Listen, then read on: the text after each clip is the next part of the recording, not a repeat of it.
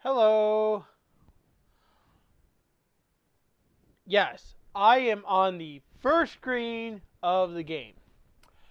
So,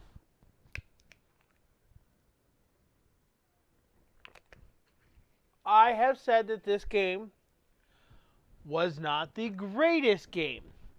However, that doesn't mean that this game is actually inherently bad. Um, it's just that it doesn't live up to the Professor Layton series, and if you've seen the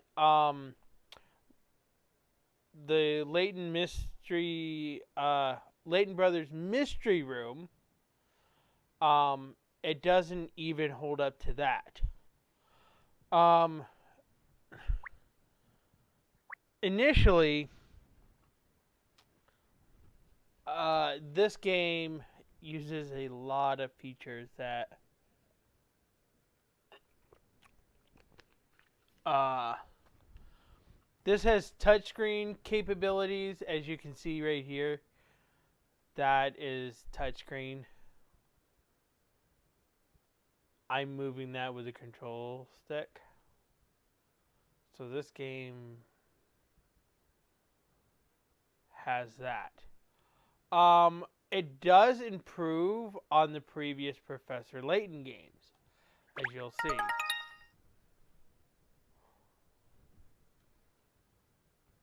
Plus, it has the cutest intro ever.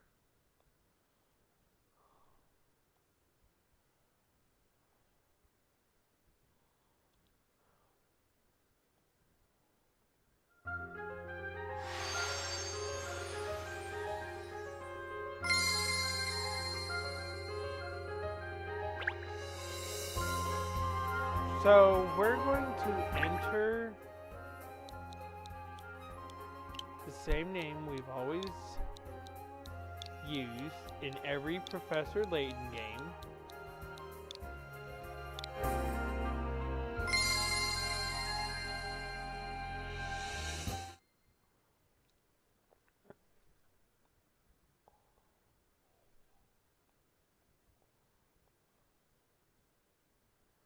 It is kind of odd that I am now playing this on a widescreen.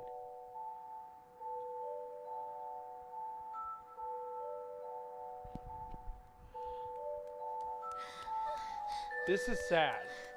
This opening is sad. Daddy? Where are you going? Daddy? Daddy!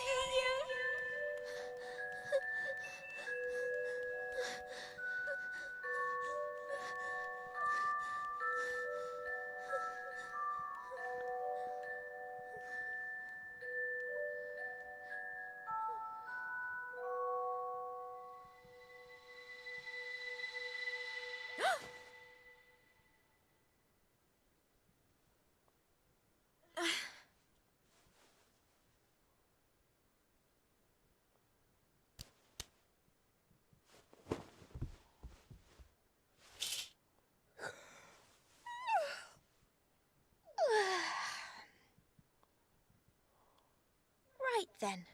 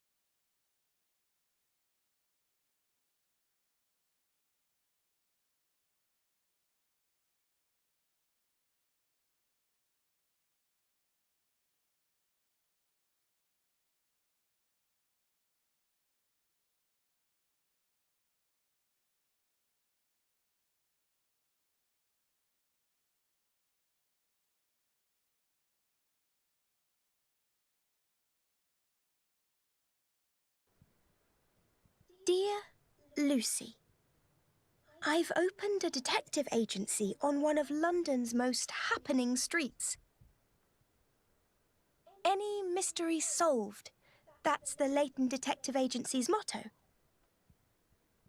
I can't wait to find out what mysteries are waiting for me.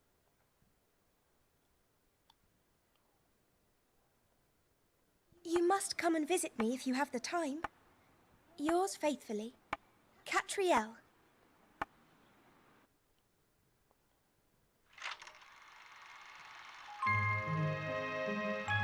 Lady and a tramp.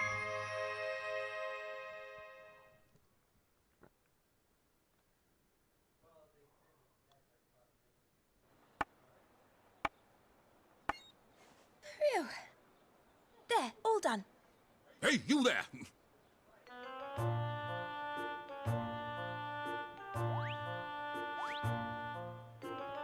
Who said that? Was it you? Can you really solve any mystery? Oh, a talking dog. You're not surprised? It's only talking. Only talking?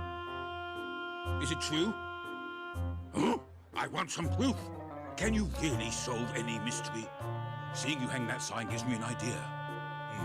Let's see you try your paw at this puzzle. We're in a cutscene and immediately go right to a puzzle.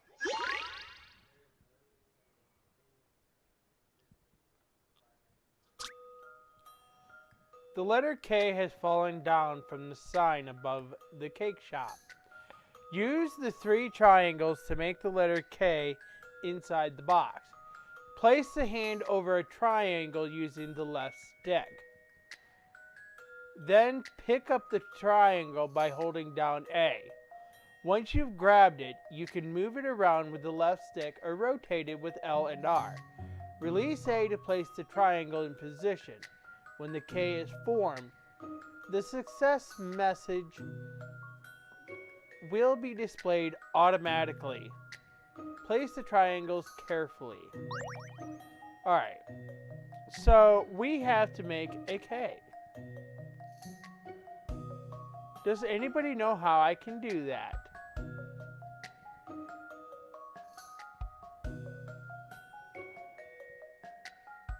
Using these 3 triangles.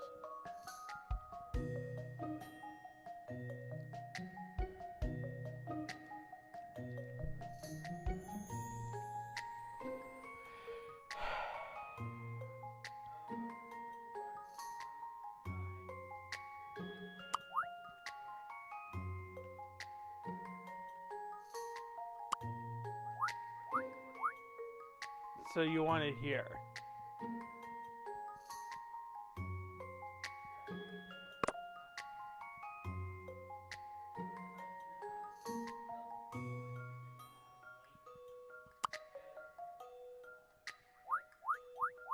Somebody's thinking.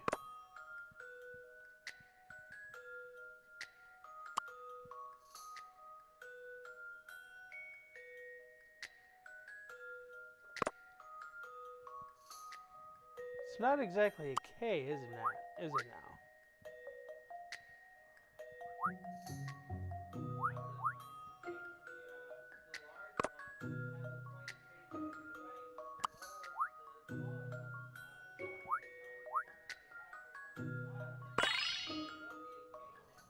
This is an interesting one. And that's how it's done.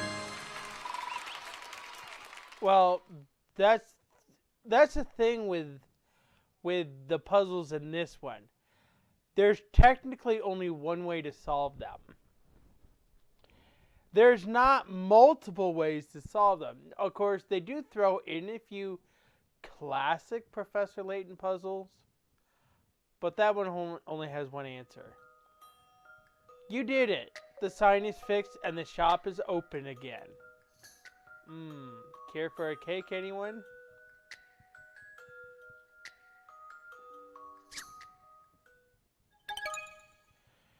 Picarettes are both a commodity you earn by completing puzzles and a measure of puzzle difficulty. The higher a puzzle's picaret value is, the harder that puzzle will be. Each time you get a puzzle wrong, the available picarats diminish. So think carefully before you answer. The special end of game save includes some bonuses, among which you will find a top secret file. The more picarats you've amassed while playing the game, the more earth-shattering the revelations you'll find inside it. So we earned another puzzle. All right. You seem to be up to scratch. Thank you. Why don't you step inside?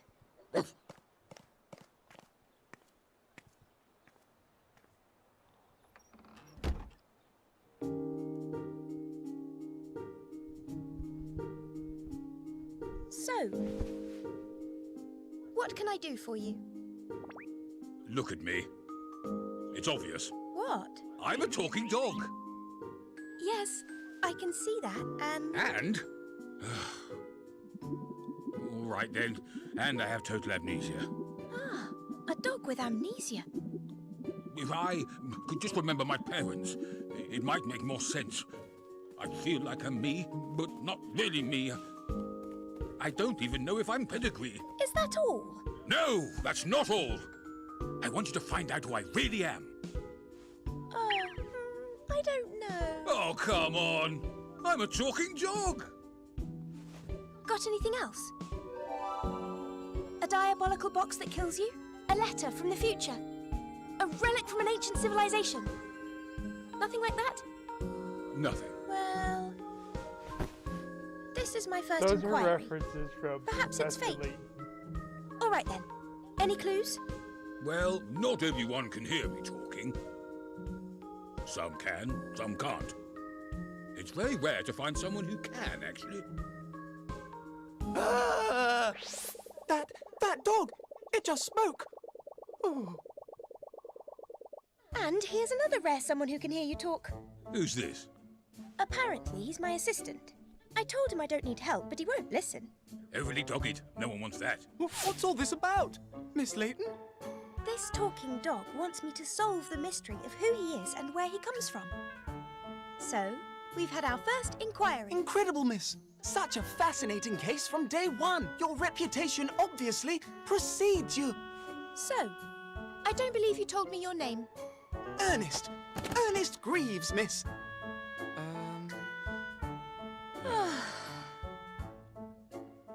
That's just what he's like. I see. Have I said something wrong? Anyway...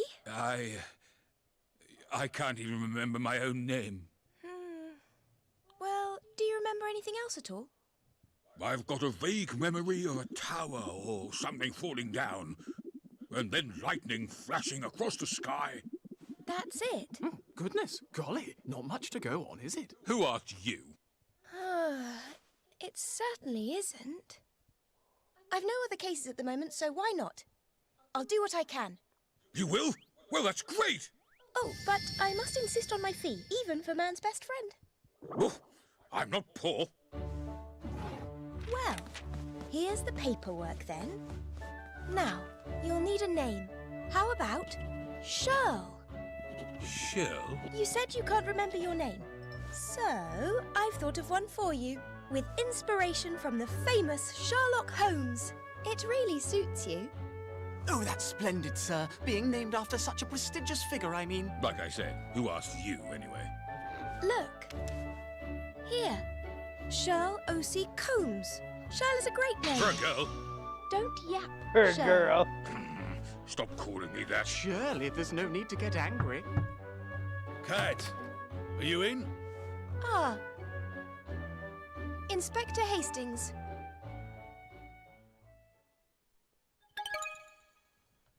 We'll save it.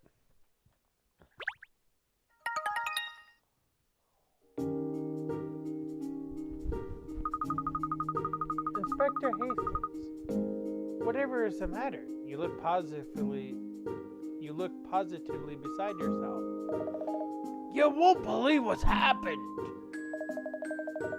Ooh, who is this loudmouth, long-nosed nerp? He's got more collar than me. This is Inspector Hastings, Cheryl, from Scotland Yard. Despite appearances, he's actually responsible for ensuring London's safety. What's that mutt doing here? Don't tell me you've gone and bought yourself a pet cat. A pet? A pet? Do I look like a pet? Don't answer that. It looks as though Inspector Hastings can't understand what you're saying, Cheryl. Of course he can't. Like I said, it's an exclusive club. Most people just hear woofs and barks. And yet, if a straw poll of those present here, 2 out of 3 are in the club. Very exclusive. I can't help if Super Snitch here isn't one of the enlightened ones.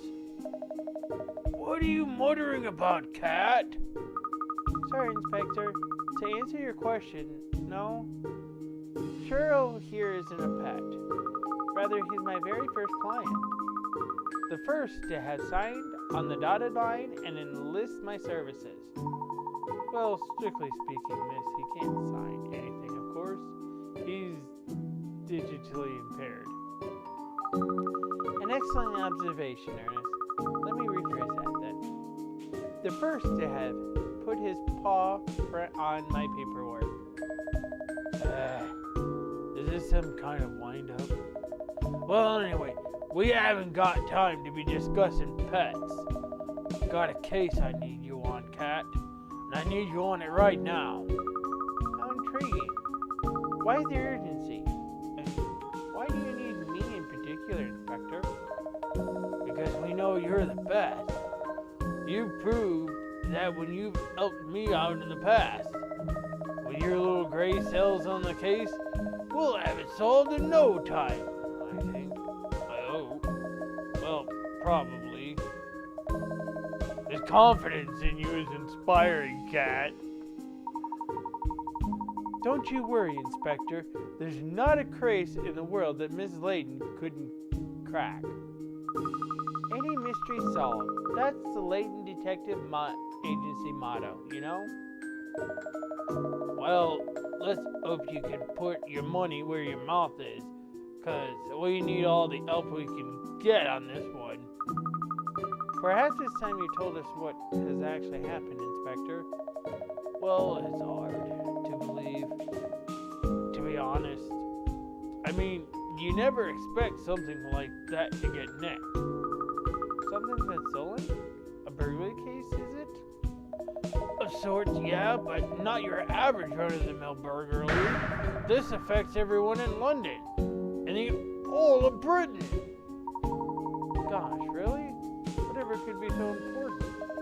I think you better just come to the scene. Then I'll explain everything. That sounds like a very good idea. Lead the way. Hello? Isn't there a little matter we're forgetting here? What about figuring out my true identity? Oh yes, well, the trouble is, this new case just sounds a lot more interesting. Interesting? You decided which cases to investigate based on how interesting they are, do you? Exactly. I'm glad you understand. Well, pardon me for only being a talking dog. I really must try harder to be more interesting. Oh no, Shirley, don't be like that. Your case is important to us, but we're experiencing a high volume of inquiries at present, and you've had one new inquiry. What? Never mind. Clearly the inspector here has his knickers in a twist about something. Let him jump the queue if he has to. Good. That's settled then. Now, let's get to the scene and start investigating. Where are we going, Inspector? Just down the road as it happened. To Big Ben. Big Ben? The Elizabeth Tower, I presume. Not Burly Benjamin, who lives a few doors down, surely.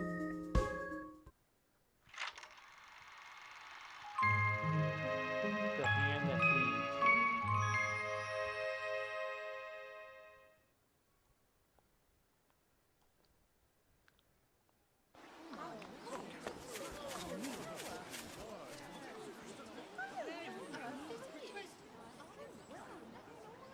What do you see missing on Big Ben?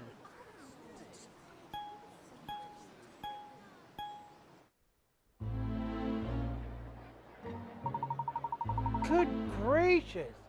The hour hand is missing. It's missing! Yeah, I'm afraid so. It was reported to us this morning. So that's what this is all about.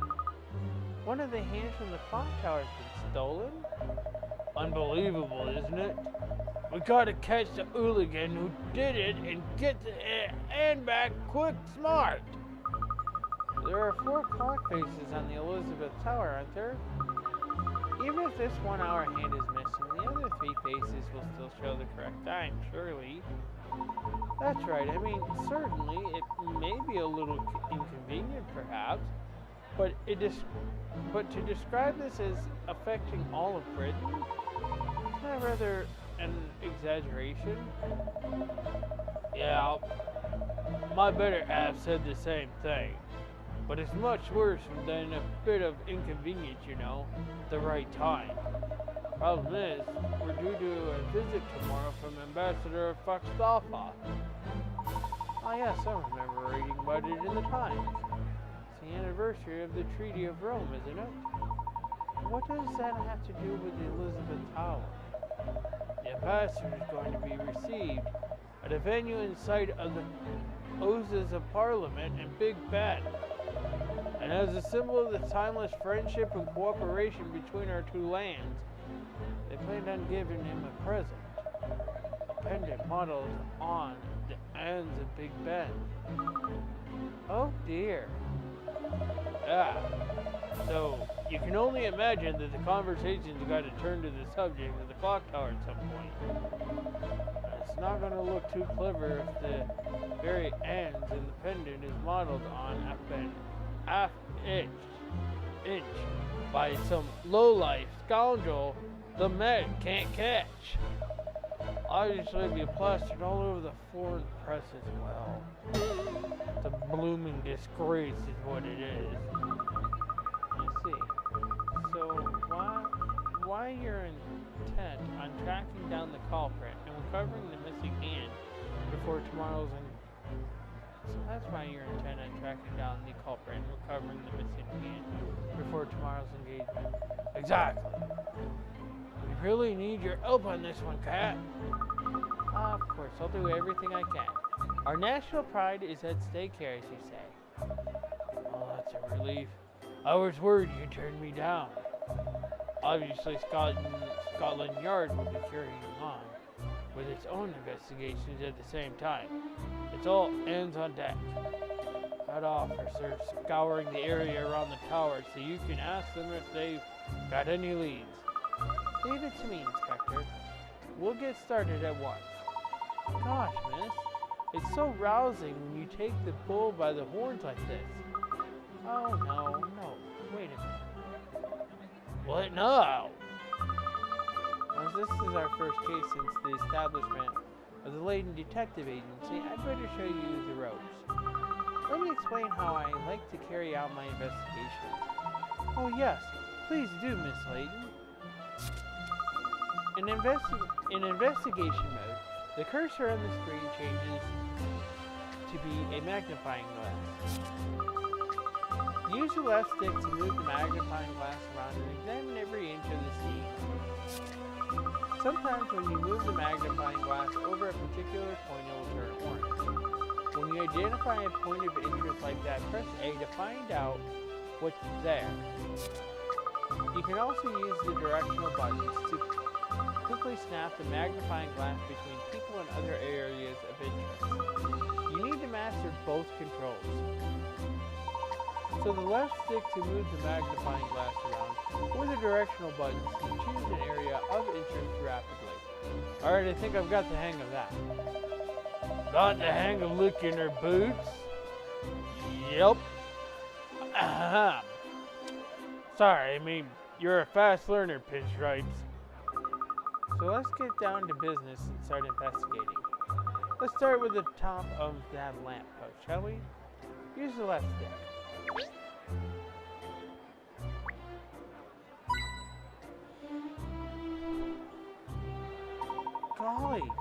A little coin drop down, look. Yes, that's a hint coin. They can buy you hints when you're solving puzzles. Of course, like real money, once you spend them, they're gone. So only use them when you really need to. You'll find them hidden all sorts of places, so leave no stone unturned. I see. So hint coins are shy little creatures, are they? Come on, Cat! What are you dawdling there for, eh? The case, woman, the case! Now, Inspector, less haste, more speed. Investigations need to be carried out carefully and above all. You must record everything at each step. Teaching grandma to suck eggs, are you? Let's just go over the most important items in my bag. Select the bag icon in the bottom left corner of the screen to open up the bag menu, or you can just press X. Cat's journal contains all my notes about the investigation so far. Very useful for recapping. To archive the case history, choose Save from the menu. That will make a record of the story so far. This is the puzzle index. Any puzzles we encounter are recorded in here, so you can tackle ones you've already completed again if the mood takes you. And there's a brand new puzzle in daily puzzles every single day. If you also delve into my wardrobe from time to time, I can pop into some different outfits. Blimey, you got enough in that bag of yours, Cat.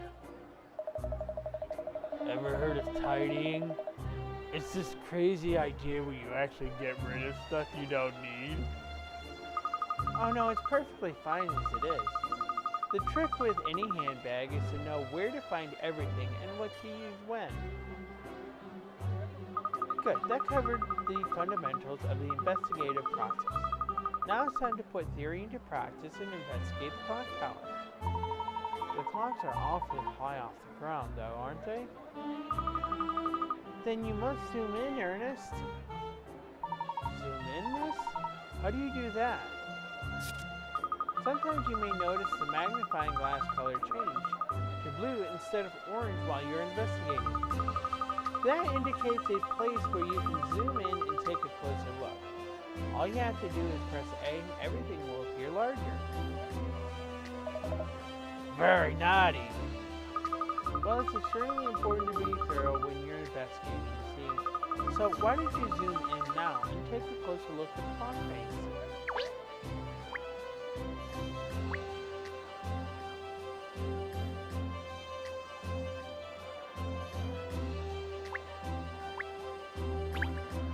The Elizabeth Tower is actually joined onto the Palace of Westminster, I see.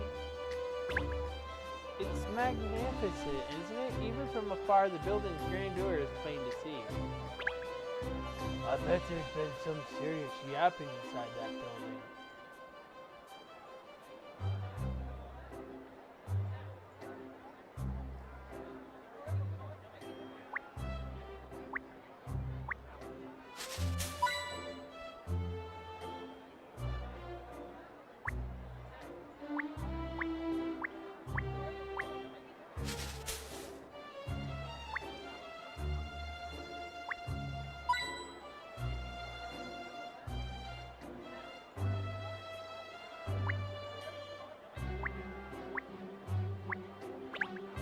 At noon every day, the bell of Big Ben sounds.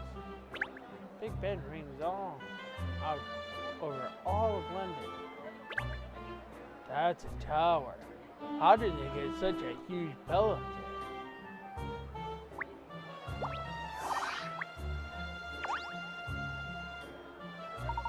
It's true.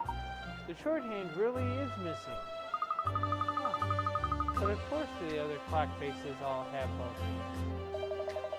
Yeah, it's only on the side that the short hand's been taken. The other three aren't affected. Oh, so it's just one shorthand that we're looking for. Even a shorthand from one of the clocks on Big Ben's tower would be a very sizable object, not something that would disappear easily. Obviously, we searched all around the clock face, as well as the base of the tower. But that end just disappeared into thin air. This is turning into a very interesting case indeed. A quarter of London doesn't know what time it is, and you call it interesting? Alright, now that we know what we're dealing with, it's time we start investigating. We should start by stepping back and looking at the bigger picture again. So, select zoom out or press B.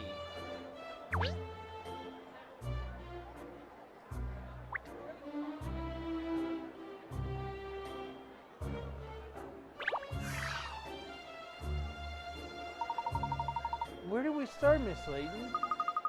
Well, time is of the essence. We have to solve this before Ambassador Foxdoffa arrives tomorrow.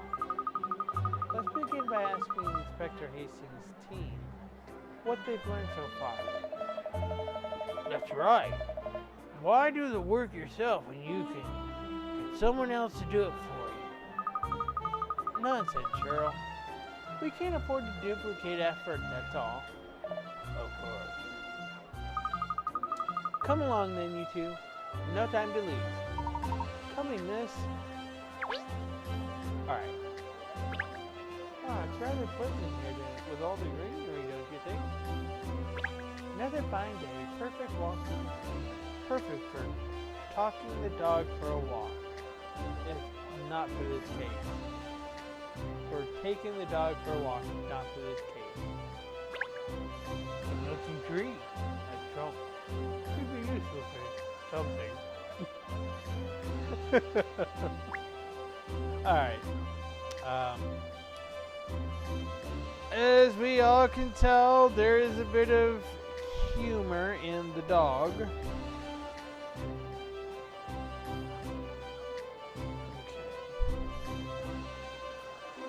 Alright. Give me one moment.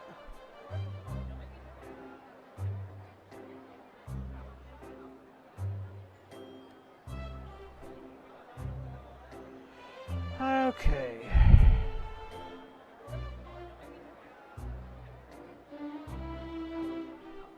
Seriously?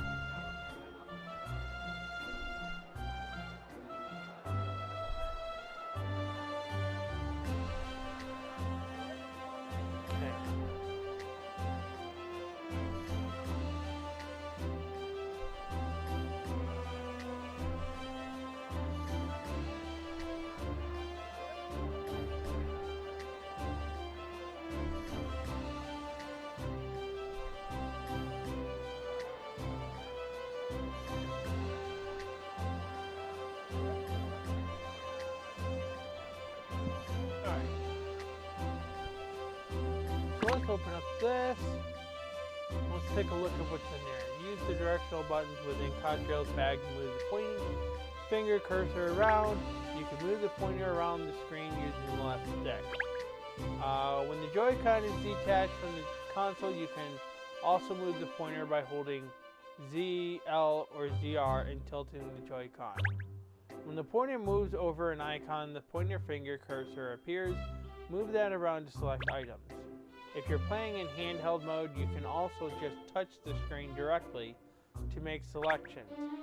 The same applies throughout the game, so use whatever method you prefer for the controls and concentrate on having fun. Alright. Kat keeps a journal as she carries out her investigation. Select the entry you'd like to read.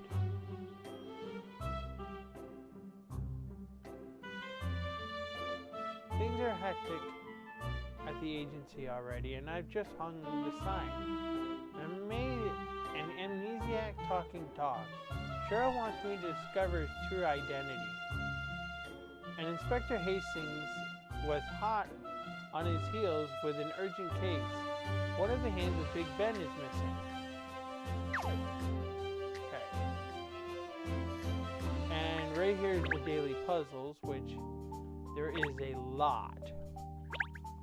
Because this game has been out already, there should be quite a few puzzles here. That kind of should unlock as soon as...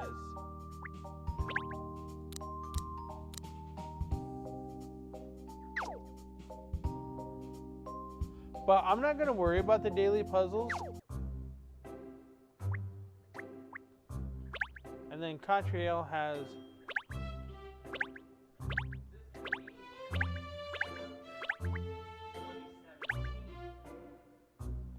So we've got Katrielle without her Not a bad look, I think. jacket and hat. And then we know where Not this a bad came look, from. I think. Yep. So there's a theory running Oh, that yes. she's the mother of Katrielle. And if you look at her face, you kind of can see it.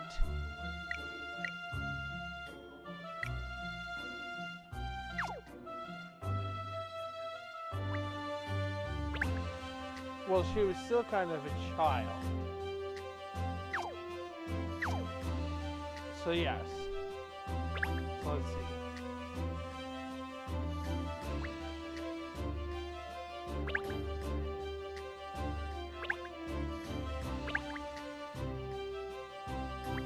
I'm gonna have this automatically update because look at all these new outfits.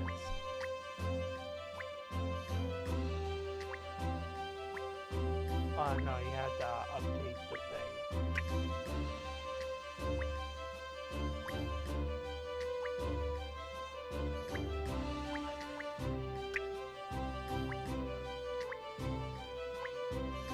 The game is done.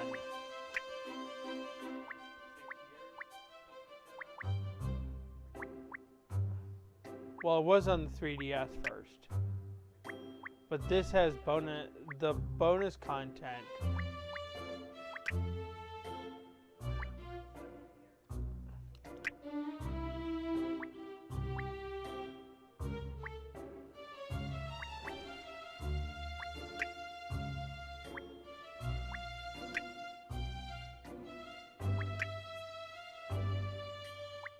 But you don't just get...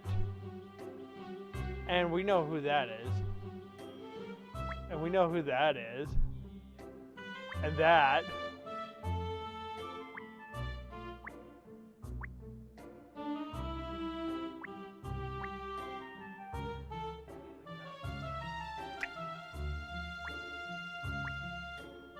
Oh, we know who that is.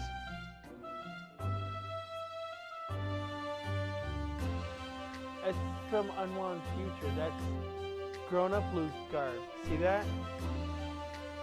It says that right there. Aurora again. So that's Aurora from the last one. From Azran Legacy. Cat's pajamas, Luke's look-alike. Emmy impersonation. Daddy's girl.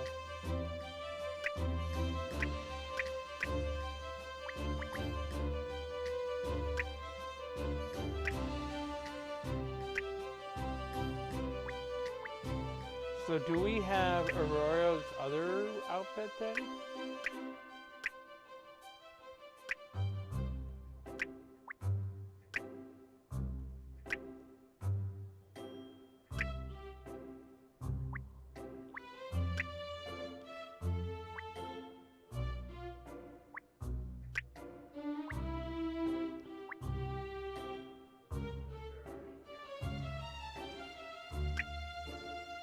Well, I had to buy all these, so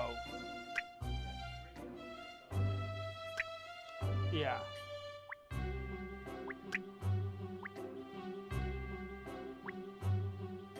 Antonish attire.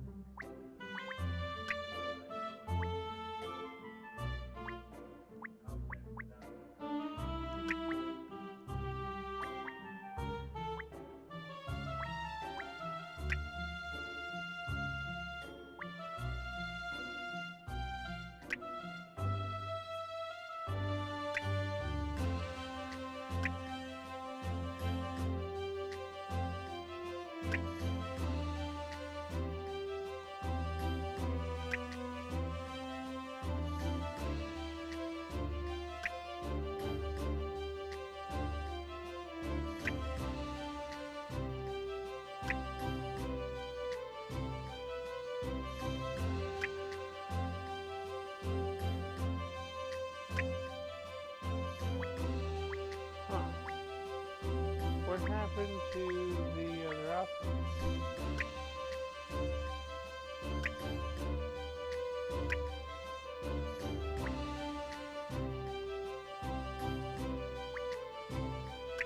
That's strange. The 3 outfits that I started out with.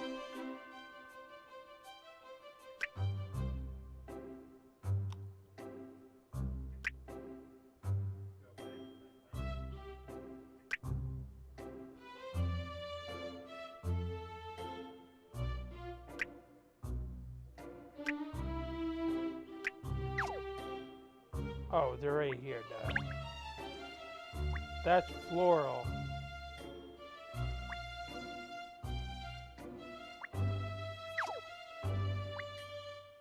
Okay. So, let's go back here. We gotta talk to him. My control stick is drifting, so I may have to calibrate it. Inspector Hastings, can you summarize what you found out so far? Not a fat lot, really. There was a Bobby on the beat here last night who confirmed nothing was amiss at 11:50. It wasn't until 6 this morning that we got a report from a stunned local who happened to glance at the clock. We came to confirm the report straight away and found it to be true. The hour hand was well and truly gone. So at 11:50 last night, the clock was fine. By 6 this morning, the hand was missing. So we're looking at a window of about 6 hours in which the crime was committed. That's about the size of it, yup. And wasn't there anybody else who looked at the clock tower in that 6-hour window? We're looking into that now. I got officers asking locals if they saw anything. There must be someone who looked at the clock in all that time. No doubt if we went door to door, we could find some witnesses. But we just don't have that kind of time. So we just have to manage with what we know already, you mean? Pretty much. And those ends are massive. It would have taken someone a fair old while to make off with it, that's for sure. 6 hours.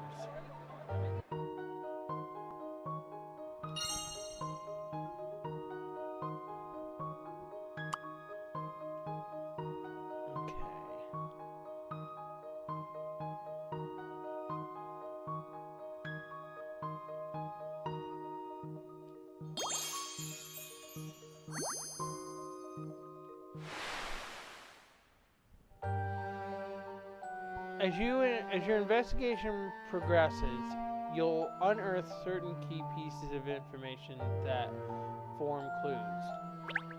Each case has 6 clues to uncover, and once you've found all 6, you'll be able to solve the case. Clues may arise from statements that appear to have nothing to do with anything. Can you use your sleuthing skills to piece it all together? If you want to look at the clues you've gathered so far, open Katrielle's bag and look at the current case file. When you need to refresh your memory about a case, the case file is the place to look. Okay.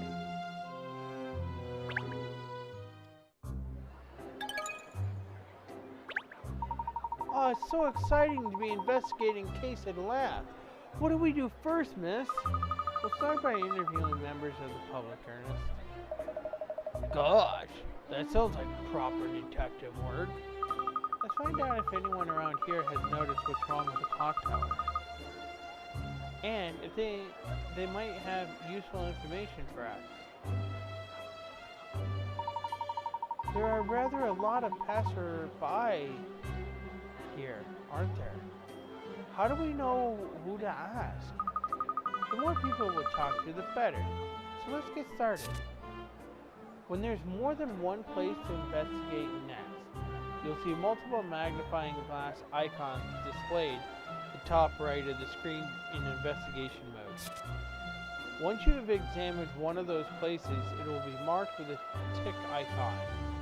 So keep an eye on the magnifying glass icons and tick icons at the top right of the screen as you're hunting for clues.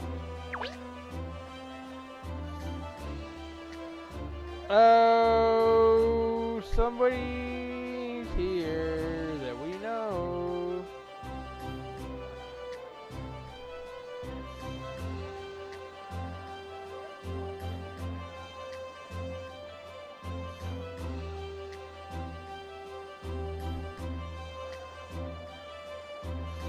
Okay. Alright, let's go back into the journal. According to the inspector, the hand went missing sometime in a roughly 6-hour window between 11:50 last night and 6 o'clock this morning. Fortunately, we have no witnesses. We'll ask the officers investigating the scene what they know and go from there.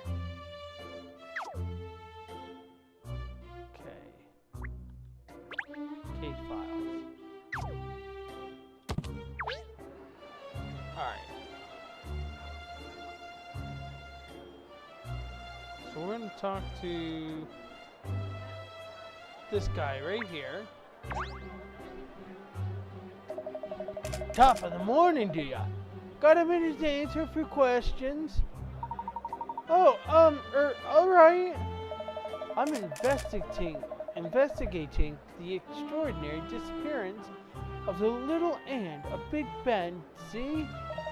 So, did either of you happen to see anything around these parts last night?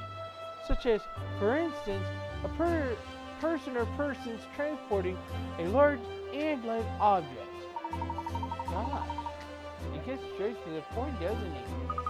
He's asking the very question I was about to ask him. Oh, where's me manners, eh? Sorry, I'm Douglas Dirk.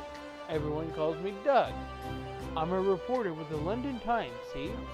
Are you readers at all? Oh, I'll say, personally, I think the London Times is the best paper in the city. Ha ha ha ha. You're too kind, lad. Although I do make it my mission to dig up the most dirtiest of dirt and uncover the most unsavory of seeds. And at present, as I mentioned aforementionedly, I'm investigating the disappearance of Big Ben's Anne. And as it happens, we're investigating the same thing. Perhaps you might share anything you've learned.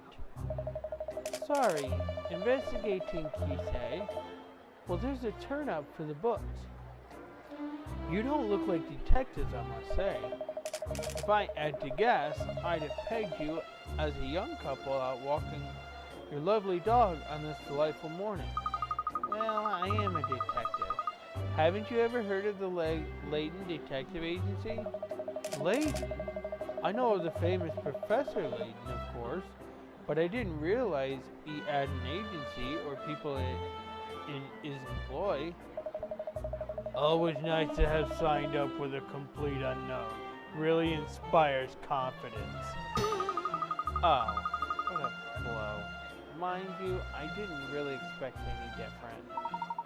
Don't worry, Miss Layton. You'll be famous soon enough. I'm quite certain of that. Anyway, as it happened, I was at the office all evening yesterday, penning my latest article. I do not observe Big Ben at all. And I'm afraid to say that my own investigation is just getting underway. I have nothing important at the present time. I see. Well, thank you anyways. I wish you all the very best with your ongoing investigative activities, of course. Likewise, sir. Good luck with yours. Hand hiccup for iconic Big Ben. Petty crime or international conspiracy. Alarm bells ring across Britain. Haha, stories like these write themselves, eh? God, me thinks it's going to be a smasher. It certainly is. If we don't solve this before the story breaks, there'll be all kinds of repercussions. You're right. We must press on with our investigation.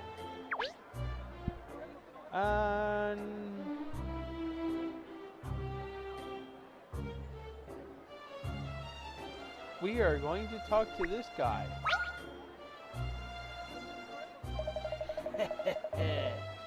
Well, how long's it been, would you say? How long? I'm sorry, do we know each other? I'm fairly sure I've never met you before, sir. Know each other? In a way, yes. In a way, no. I think it's scarcity tight.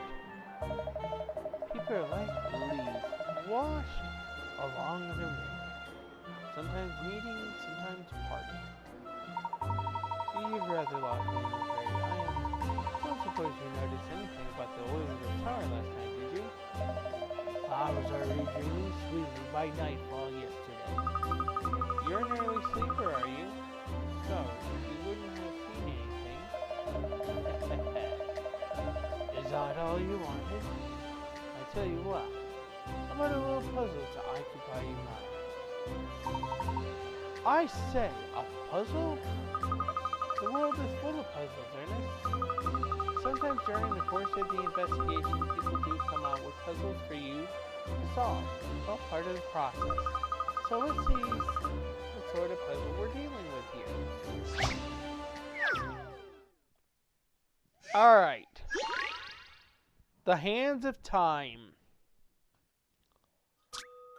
The clock is currently showing the time as 3:30 p.m. It would be nice if the hands of the clock would show midnight.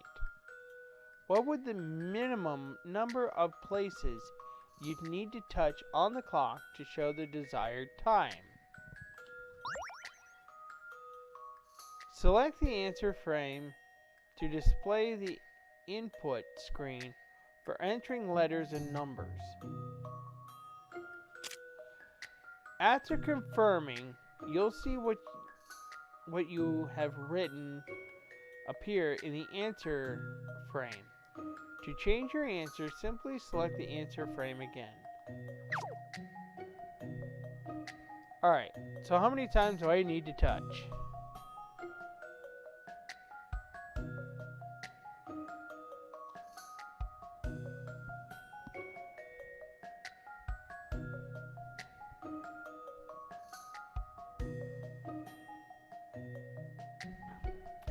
Does anyone have the answer?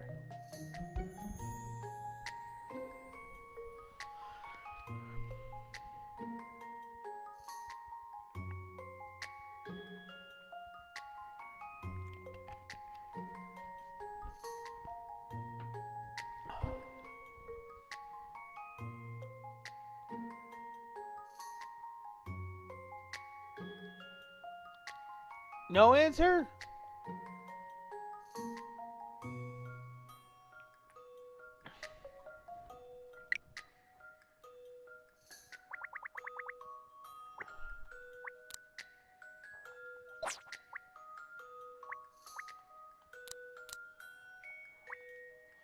Is that the right answer?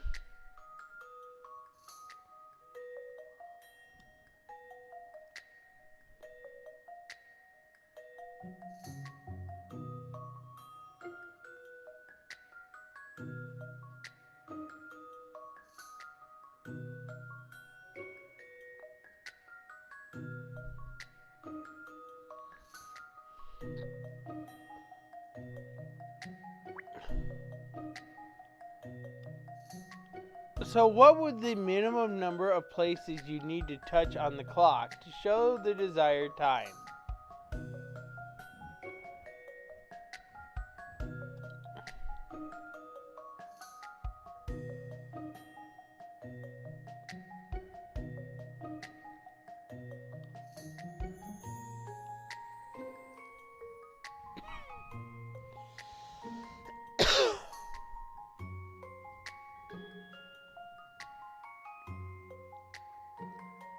Alright, nobody answered, so I'm going to take that as an answer. This should do it, I think. And that's how it's done.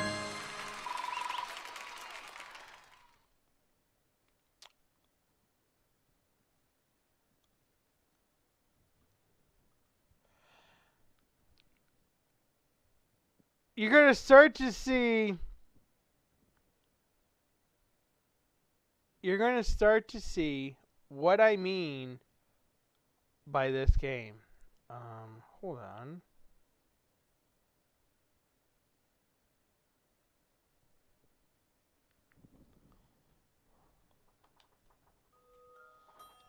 You did it. There was no need to touch the clock at all. All you need to do was wait for midnight to come.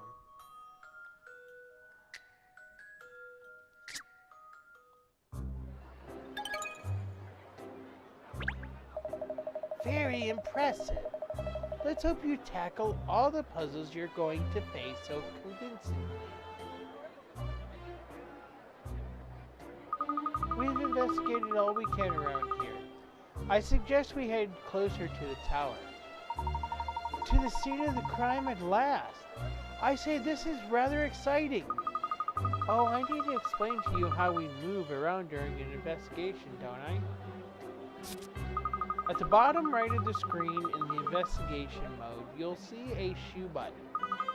Pressing that or Y switches from investigation mode to relocation mode. The orange flashing markers show points on the map where we can move to. Pick a location you'd like us to visit and press A over it to display some information about the place in question. Then simply press A second time or press move to go ahead and move to that location. An exclamation mark at a particular place indicates that you should head there next for the good of the investigation. It looks like we can get inside the Elizabeth Tower from that entrance. So, let's over and see what we can find out.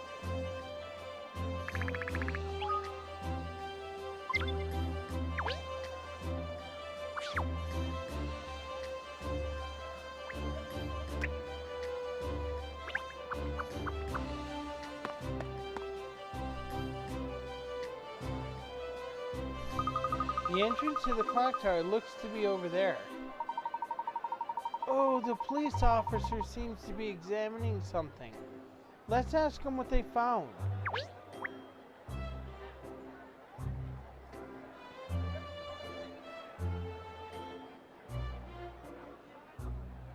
Alright, we're going to be searching first.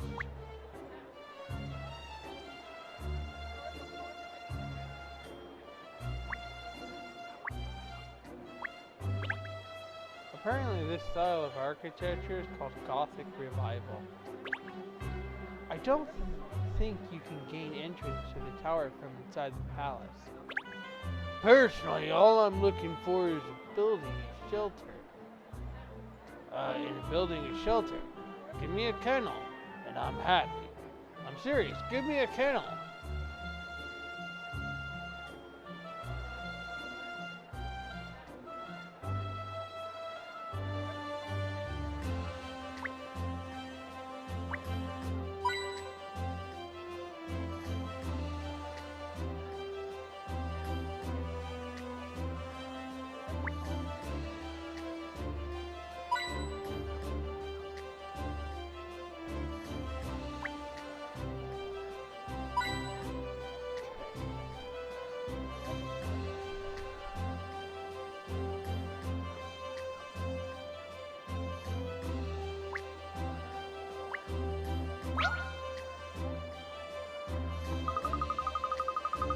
1, 2, 1, 2. Oh, hi there. Perfect weather for a rush, isn't it? It must be a pleasant place for jogging here, with all the green space. Yes, I love it. I've done 50 laps already today. 50? On good run, by the way. I've been running in cities all around the world. I just can't get enough. I like marathons and other events, but ordinary city streets are my favorite place to run. I just love exercising as I watch other people going about their business. I like doing puzzles to exercise my brain too, and to keep my mind off my aching muscles. I just came across a great one actually. Try it.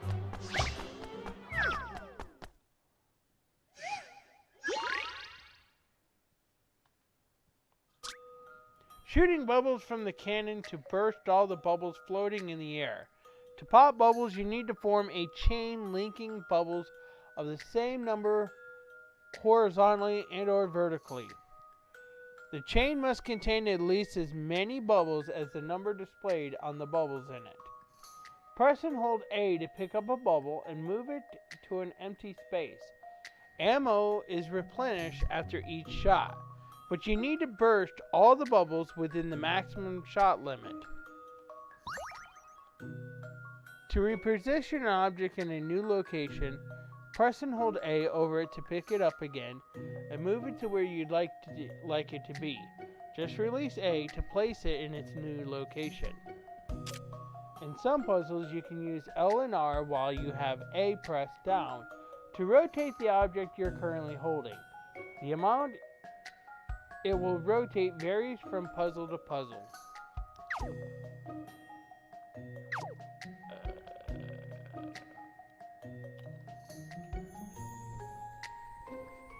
Okay. Alright. Okay.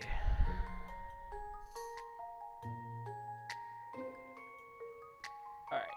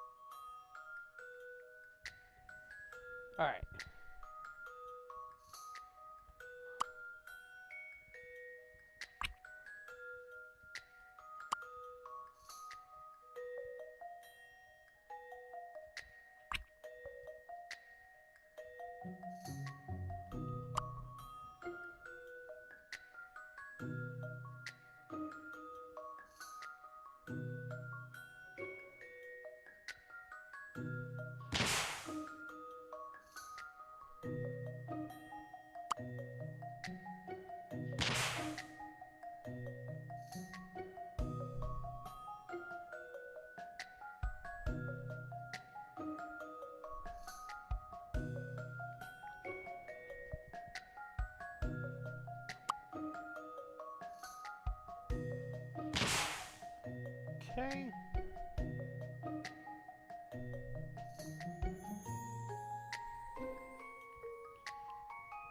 Alright.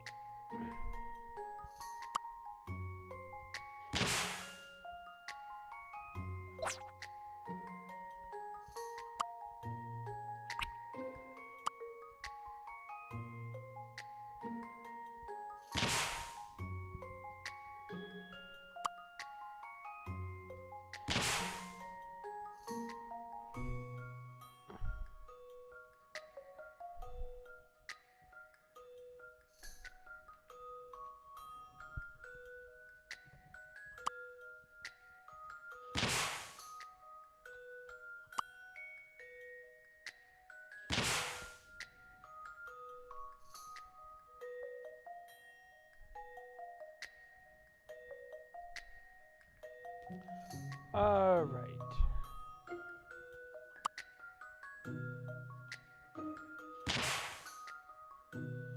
And last shot.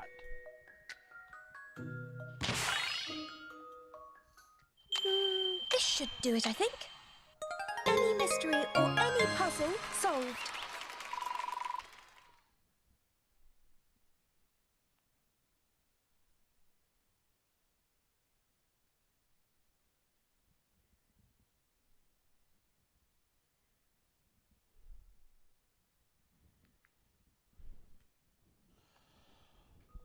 You did it. All the bubbles have popped. If you don't get the order right, you run out of shots.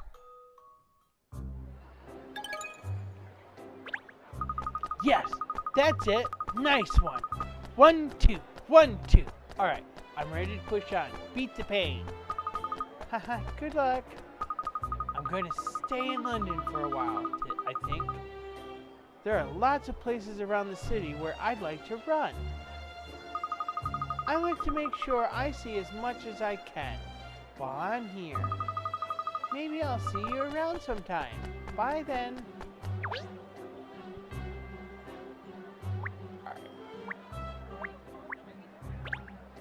Now we're so close to the tower, you can actually see the clock faces, can you? It's not good for a dog to look up all the time. I might miss some food scraps. The detail on the facade of the tower and the palace is quite extraordinary.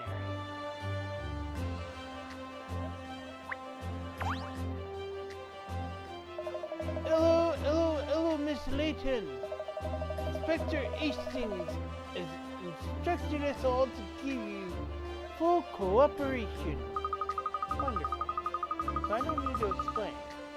Could you just tell us what you found out so far? I'd be glad to, miss. I have ascertained that on the night in question, that being last night, there was no one here. No one at all? Not even a janitor or something? Correct. There's a room behind the large clock faces known as the clock room. However, this room was locked overnight. So is the clock tower always empty overnight? Except for when works are ongoing. Yes. When the servicemen are in, they sometimes work late apparently. But last night, the servicemen knocked off early, it seems. So there was no one around who might have seen the thief. Sorry not to have better news for you.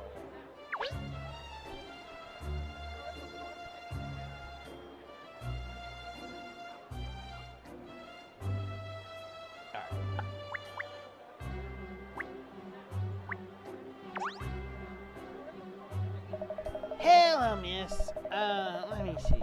Oh, yes, that's right, Miss Layton. Inspector Hastings mentioned you. Yes.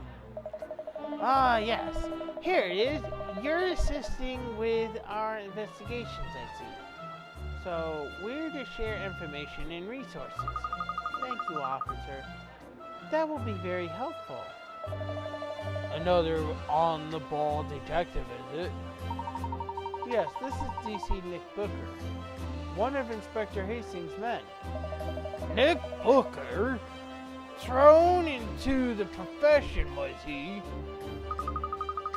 Perhaps you'd be so kind as to tell us what you've learned about the case so far. Yes, well, according to our inquiries, it seems there's been an outbreak of, of metal theft in the capital recently. Metal thief? Yes, I think that's what it says here. Yes, metal being stolen from factories and warehouses. Really? What on earth would anyone steal pieces of metal for? Some metals are valuable, Ernest, and thieves can sell scrap made from them for a high price. Yes, according to my notes here, the missing clock hand was made of, oh yes, here it is. A very valuable metal that would fetch a good price if sold. So we're continuing along this line of investigation. I see. Metal theft. Well, thank you for your help, DC Booker. Don't mention it, madam. I'm just doing what it says here in my notebook. Alright, so grab the piece and we're going to insert it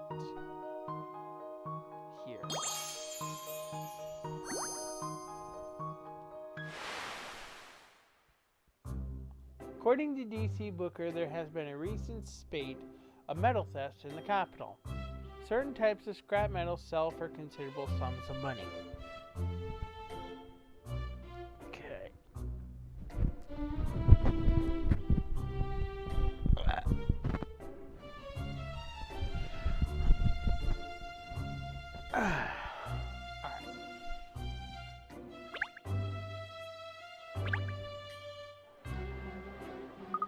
Now we've spoken to the investigating officers, I think it's time we had a look inside the clock tower.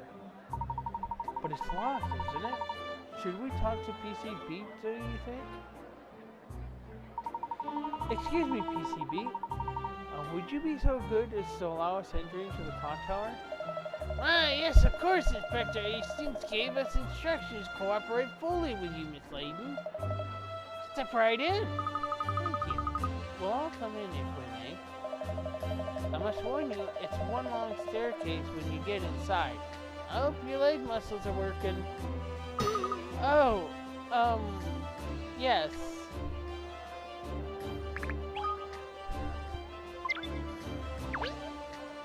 Oh, lovely. So this is the entrance to the Elizabeth Tower. Gosh, a metal door. Did you hear that? Yes, you hear. If you knock on the door, it really echoes. Obviously, members of the general public aren't allowed in here.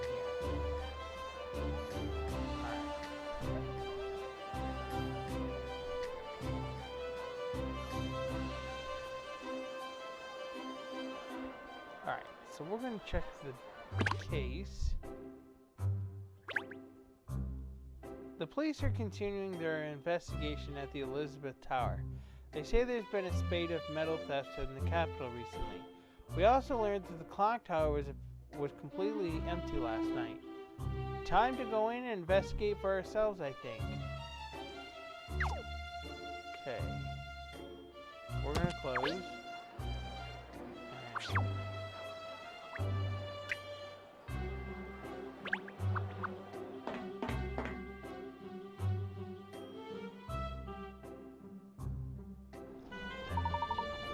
Ha! Golly! Oh, what a lot of stairs. My feet are killing me. Ernest, please, you should be ashamed of yourself getting tired out so easily. You're panting harder than he is. Oh, look. Oh, look, it's spectacular. I've never seen the internals of the clock tower before. Magnificent. Being inside such a huge and important landmark like this is rather splendid, isn't it? The clock face and the columns are so enormous. Yes, it's quite exciting being allowed inside a piece that's off limits for most people. Alright, you two, get over yourselves. I just remembered something I forgot to mention before. Oh, what's that? Sometimes, as you're investigating, you come across something unexpected. Unexpected, miss? Yes, as you're moving the magnifying glass around, you might notice a peculiar disturbance in some places, like a puff of dust almost.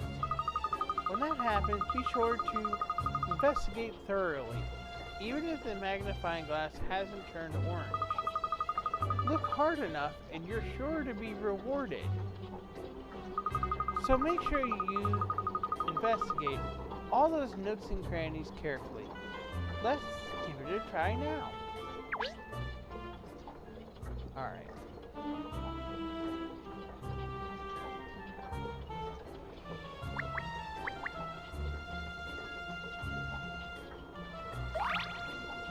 You discovered a reddish wristwatch. It's been added to your collection.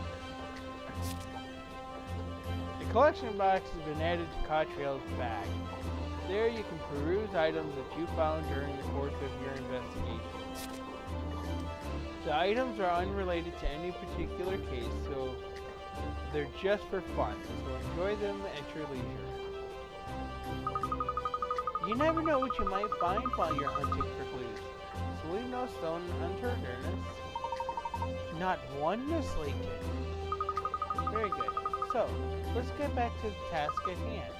Ah, I think perhaps that's a serviceman over there. Look. Oh, yes, you're right. Let's go ahead and ask him if he has any useful information for us. First of all,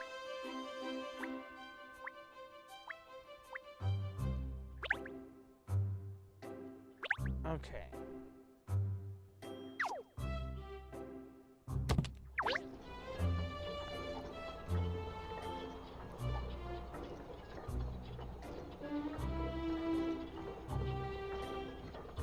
Alright, so we're going to look up here.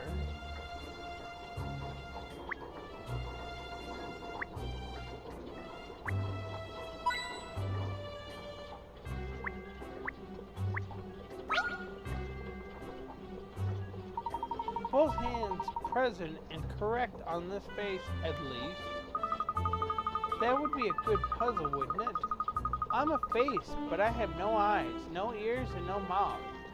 I do have hands, however. What am I? As it happens, though, there's a different puzzle here. Look, do you want to try it? Well, I am the personal assistant of the great detective Miss Katrielle Layton, so I ought to tackle a puzzle or two from time to time.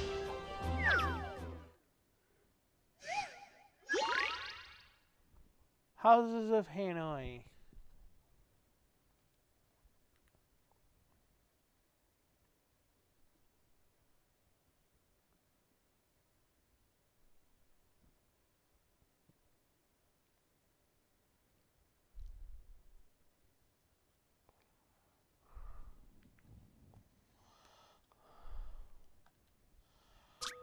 A new design of house allows you to arrange the floors however you like.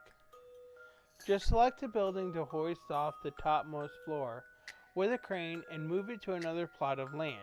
Your task is to make all the homeless look as they appear on the plains. However, houses can only have up to 4 floors max.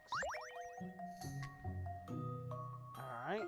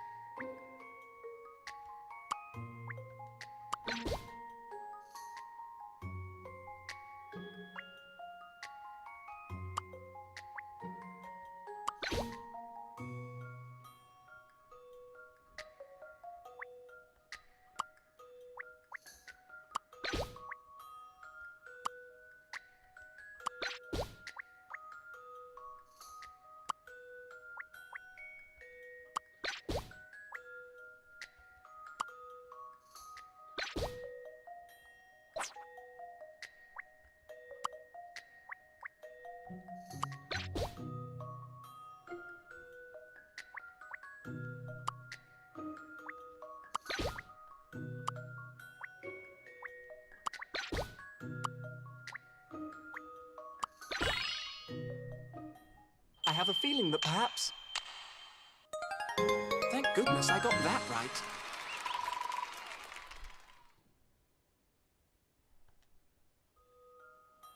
You did it. Both houses look spot on.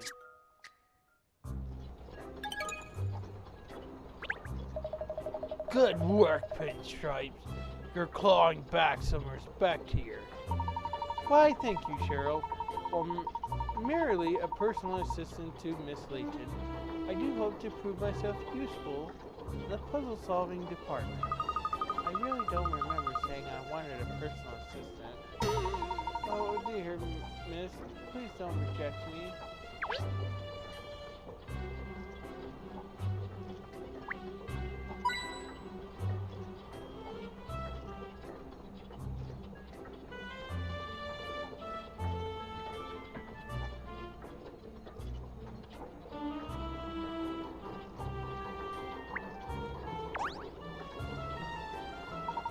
The clock faces are so fast, it's really rather strange seeing them from the inside.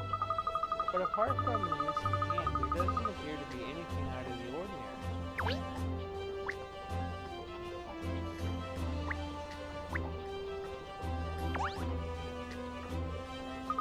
The mechanism is vast as well, isn't it? And it keeps ticking despite being one hand down.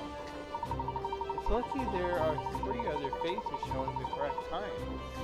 The people of London rely on Big Ben to know the time.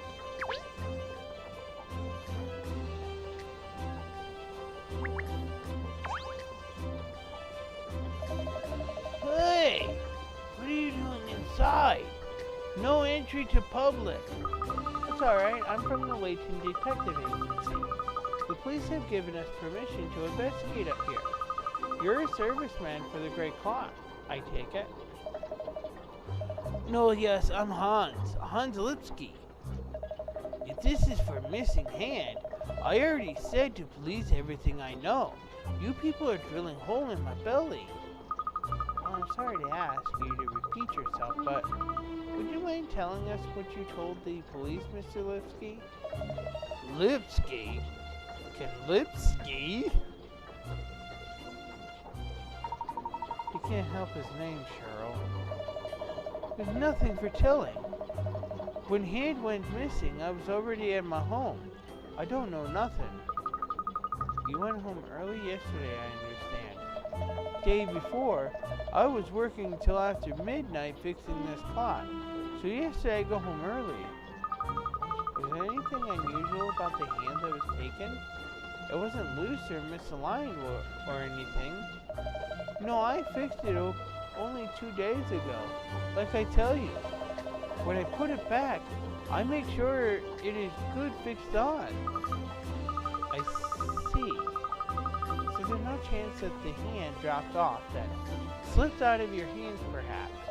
Police already investigated everything in here, around Clockface, but they find nothing and they have gone now. Yes, tell me, Mr. Lipsky, when did you notice that the hand was missing? Same time like everyone else. When I look out a window in the morning, I see missing hand. So, where you live is inside of the clock tower?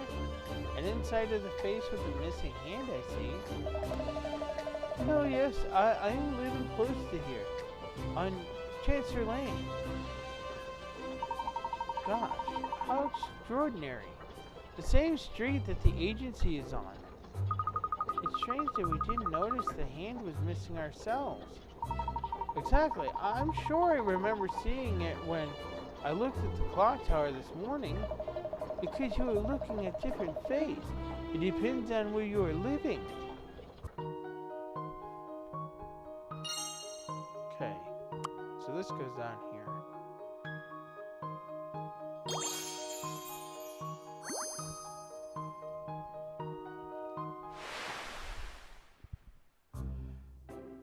The clock tower serviceman, Hans Lipsky, claims that he confirms the hour hand was firmly reattached after he repaired it the day before.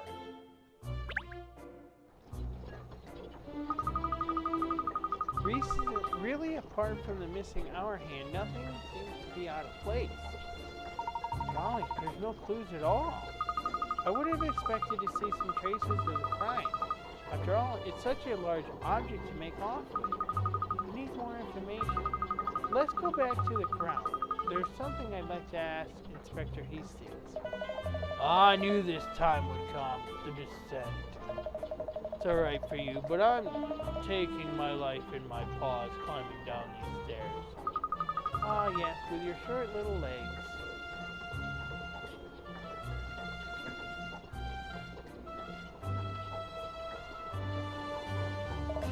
Get off! Now, Cheryl, it's safer this way.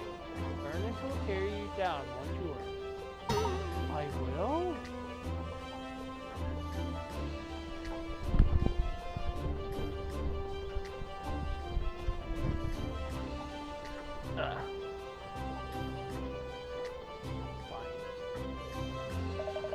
Dad, what did you pull that face for? I haven't got fleas, you know. I didn't pull a face. Come along, no arguing. Just tread carefully, Ernest. Yes, miss. Okay. You earn fashion farthing. Once per day, you can obtain fashion farthing paying the daily bonus. You can use fashion farthings you've saved up in the wardrobe section of Cat's bag to purchase outfits. However, be careful of changing your Nintendo Switch console system time, because you won't be able to obtain the daily bonus for a short while if you do. You might also uncover fashion farthing during the course of your investigations around London, so keep your eyes peeled. Alright, let's go in the trunk. Inside the clock room, which houses the great clock mechanism, we met serviceman Hans Lipsky, who claims he left the tower early yesterday evening. No signs of breaking and entering or theft at all. We must consult the police officers again. Okay. So we did get some farthings. Alright. So we only have 4. So let me go to the cheaper ones.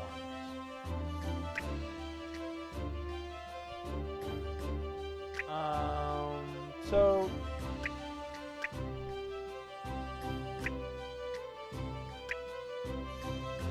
this one has one. This is dating dress. We can choose that one. This one has Tomboy Equestrian Ensemble. We can choose that. We could choose Cardinal Cape Coat. We could choose that one. We could choose Monotone Mini Dress. Or Retro Refit. We could do Sky Blue Statement. Pleated Pleaser.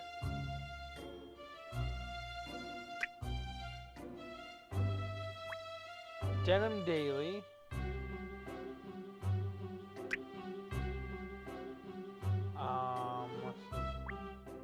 Imperial Elegance.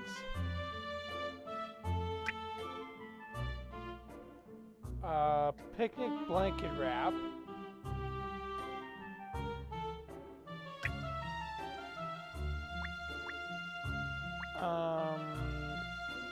Cat's Pajamas.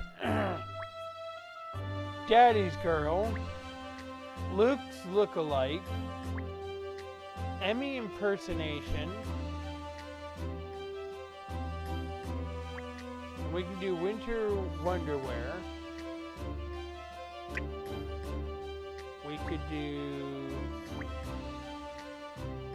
Antonish Attire. And we can do Aurora again.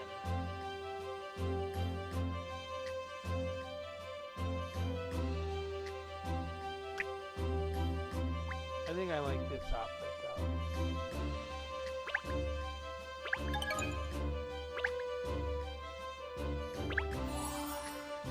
So we're gonna make Cat wear that outfit.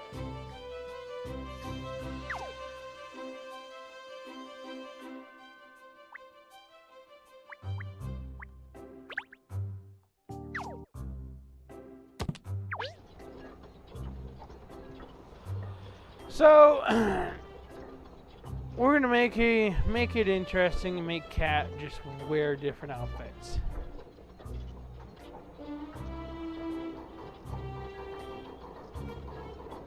So we're gonna go back to Hastings.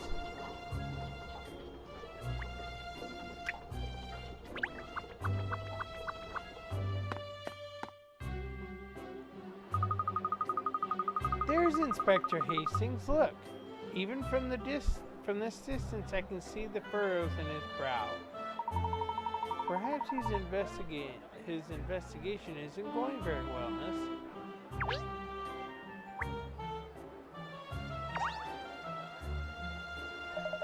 Ah, Kat! What have you got for me? Who did it then? Who's the culprit?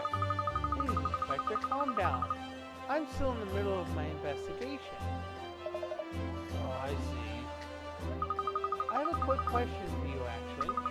According to Mr. Lipsky, your officers examined the clock face, is that right? Yeah, of course. I had them check the clock room, the clock face, and all around outside as well. There are no clues, no fingerprints, nothing. There really are no traces at all, are there? Well, I had them take samples from the floor and the walls and from the clock face. They're being analyzed back at the yard now. When will the results be ready? Shouldn't be much longer. So what's your next move? I think we'll head back to Chancer Lane. We will?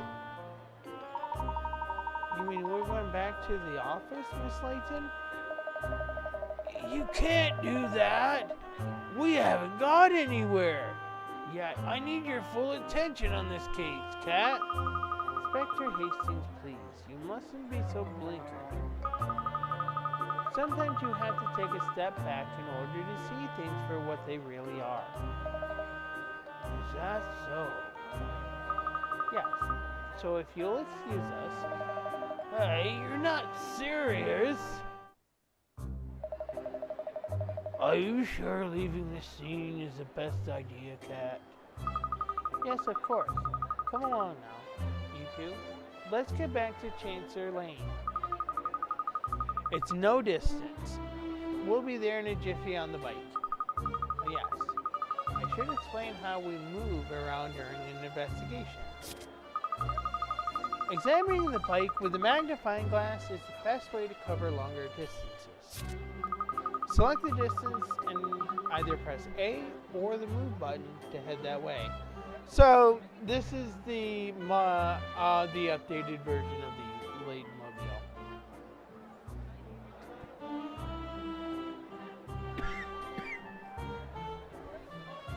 Wow. Okay.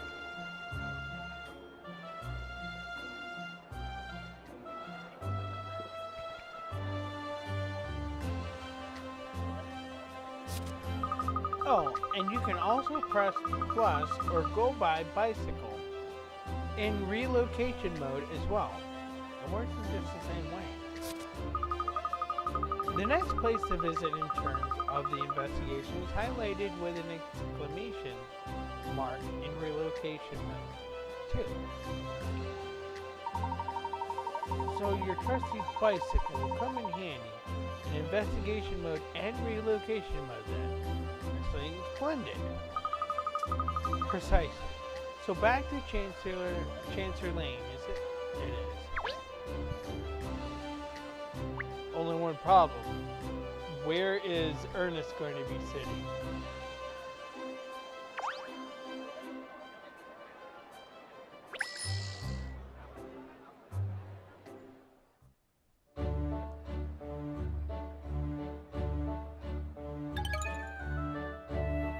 Arrived at Chancer Lane Corner.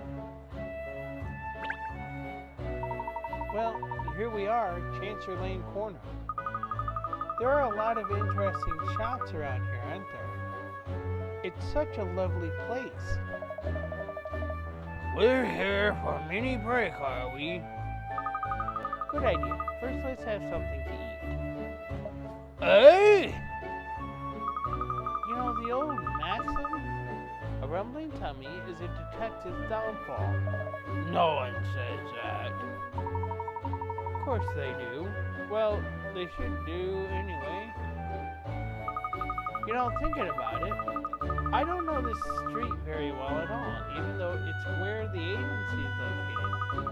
This is the perfect opportunity to have a stroll down the lane and get better acquainted with our neighborhood. Walkies, eh? Well, at least I don't have to be on a lead.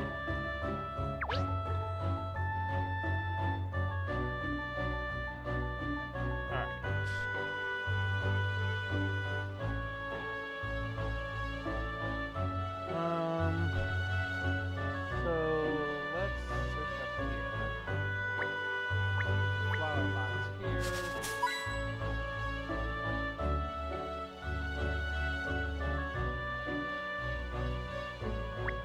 And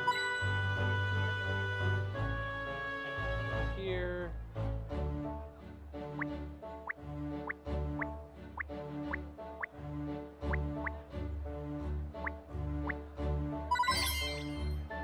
Oh, I found fashion farthings.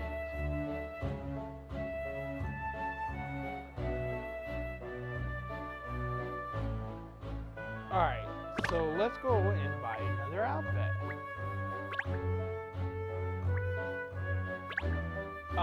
We're actually back up to 4, but let's see. Alright. Well, you guys saw the outfits. Pick one.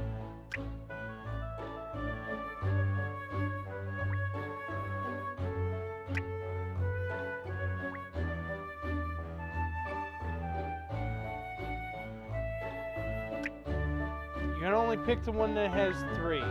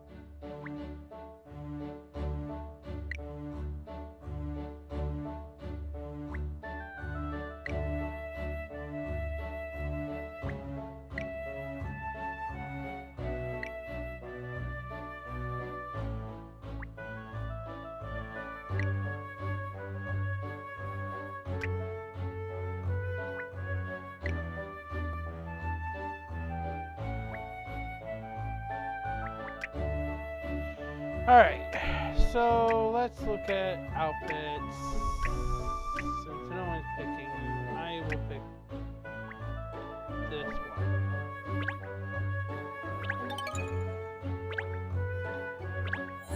So we'll change it directly to that one.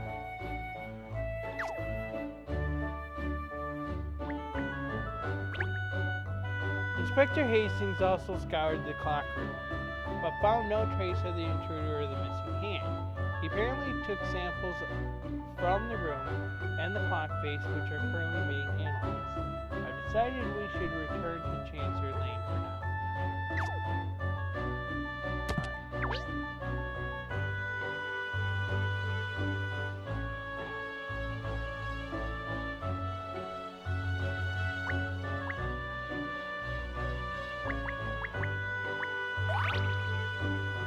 Discovered the perplexing preserve.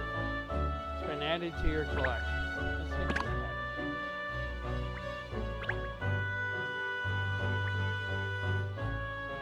The lid just turns and turns but never comes off. What kind of jam is inside?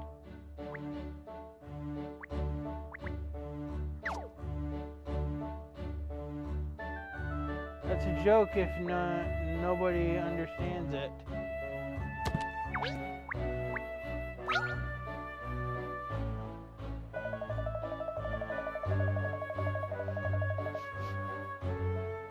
Well, who knew? I was just sniffing around and suddenly I found a puzzle at the end of my muzzle. That happens, Cheryl. Puzzles get everywhere, you see. And seeing as you found it, you can solve it. Why me?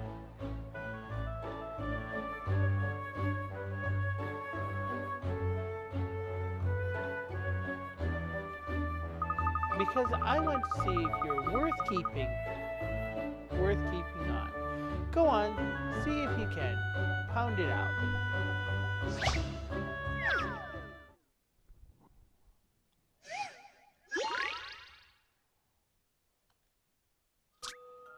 Use a special beam cannon to wipe out the fleet of UFOs that have appeared over the streets of London.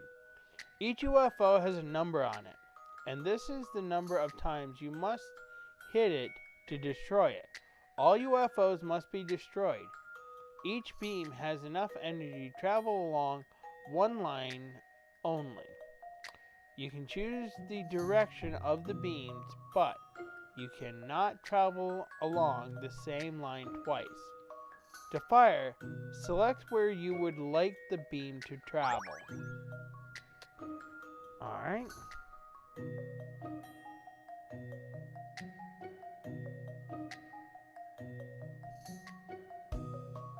Okay. Diagonally up the right.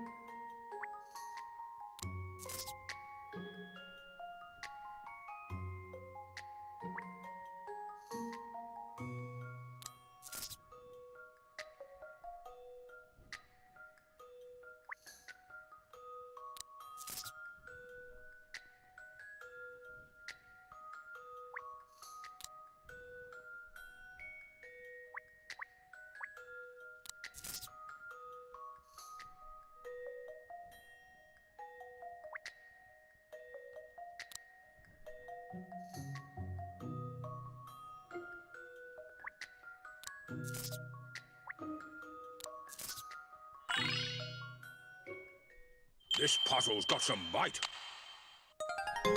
That was too easy.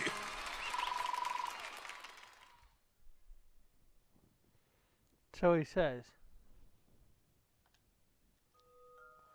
"You did it! You restored peace to the city.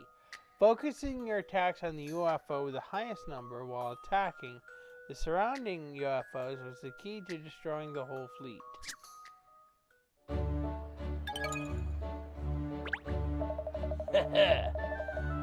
That's a walk in the park for a hound like me. Oh, jolly good, Cheryl. You can solve puzzles on top of everything else. Top dog. Yes, very impressive, Cheryl. I can see you're going to be very useful. Oh, I don't like the sound of that. Alright. Let's talk to this guy. Ooh. I smell sugar. Even from here with my nose. Everything looks delicious. I want to sample it all. Ooh, yes. I always have a peek in that window when I go past.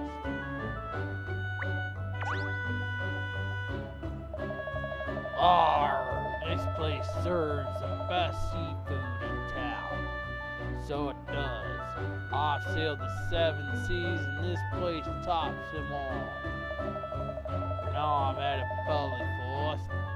I suppose I should be heading back to work. Let's see. times Big Ben guy. Ah, good, at least it's not the Van Jack's clock facing view from here. That would have been just my luck. Especially seeing as how I'm after losing my watch and everything. I really rely on the old clock tower now. Gosh, the missing hand of the clock is already inconveniencing people, it seems. Exactly. Which is why we need to be pushing on with the investigation, not sampling every dish on the menu.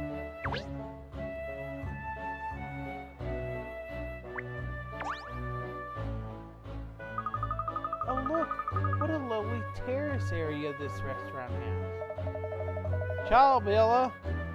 Can I take your order, senorita? Thank you. Golly, he's a little over-familiar, isn't he?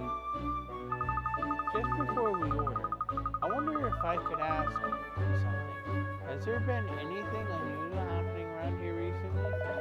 Anything unusual? Well, a lot of cutlery has been going on recently. Forks and spoons and things. And yes, and a silver tray as well. You mean they were stolen? Cannot say. There were no signs of breaking and entering, and no cash taken. So it doesn't seem like a burglary, actually.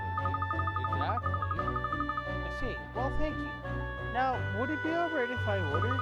I'd like the squid ink spaghetti with the fetid herb salad on the side, please. Sounds delicious. And then the chef's ominous omelet special and hellfire risotto. And the mushroom surprise nacho, please. All at the same time. I understand dogs have eyes bigger than their bellies.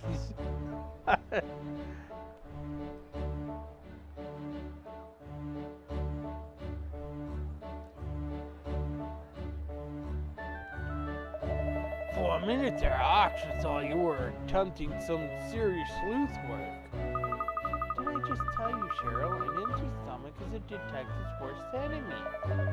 Okay, I must go and write all that down before I forget.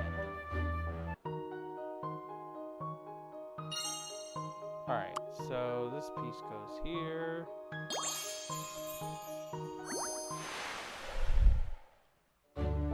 Cutlery and other silverware has been going missing at the restaurant at Chancery Lane, possibly related to the recent metal thefts in the capital. Ah, that was absolutely delicious. I do believe I may be full. Maybe? You just ate for 4? Stop making out that I'm a Stop making out that I'm a glutton. You and Ernest shared the food too. Yes, and it was yummy. Well, anyway, shouldn't we be getting back to the investigation now? Good idea, Cheryl. We simply have to recover that hand before Ambassador Foxoff's visit tomorrow. Let's not get ahead of ourselves. We satisfied our appetites, yes, but now we've enjoyed a meal. There's something that must come before anything else. Dessert! You want more?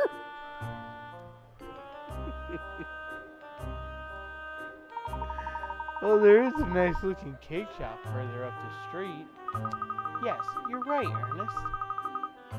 I've admired their cakes through the window for too long. I'd already made up my mind to pay the place a visit before long. This is a perfect excuse. Never gonna find that hand in time.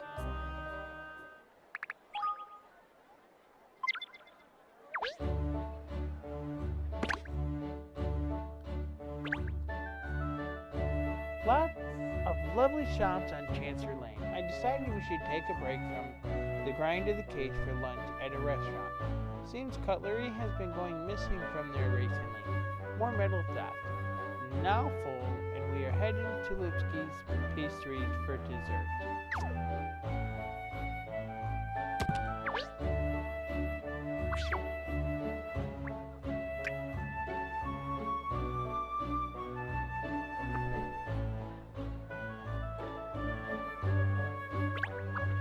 Alright.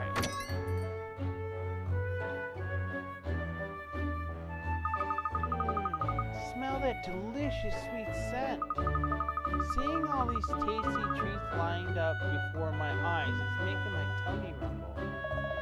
You're hungry? After that 10-course meal? You know what they say, Cheryl. There's always room for dessert. Now, let's investigate all the tempting offerings they have on sale. How about investigating the case? Oh, I say, that pastry chef looks awfully familiar. Do we know him from somewhere? Hello! Looking to take a little something on Tuesday? Wait, you can't decide what? You're the serviceman from the clock tower. That's it! Yes! It's Mr. Litsky again! So, you run a cake shop as well as being a technician for the clock in the Elizabeth Tower? You must be rather busy. Well, of course I do not. I'm Alex Litsky. Running this pastry is my only job. You mistake me with my twin brother, Hans. He is working in Big Ben, not me. Oh, I see. You have a twin. Well, that explains it. How extraordinary. Bumping into both of you on the same day. And how interesting that you have both gone into such different lines of work. No, yes, at first, maybe Baker and Technic look poles apart, but there are more similarities than you think. Really? What kind of similarities? We must both be good with hands. We have always had skills to work with complicated things since we were young boys. My Bratsy works with clocks. I work with cakes, but we both must work with our hands and our hands in some way. It does sound like you both chosen very difficult professions. No, yes, anyway. You are coming here to buy cakes and not to talk, I think. Please, take a look and tell me what you want. Thank you, we will. We'll have a good look around at everything.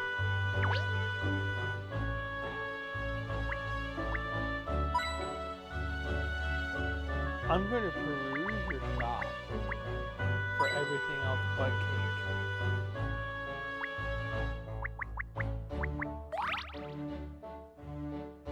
Multicolored macaroon.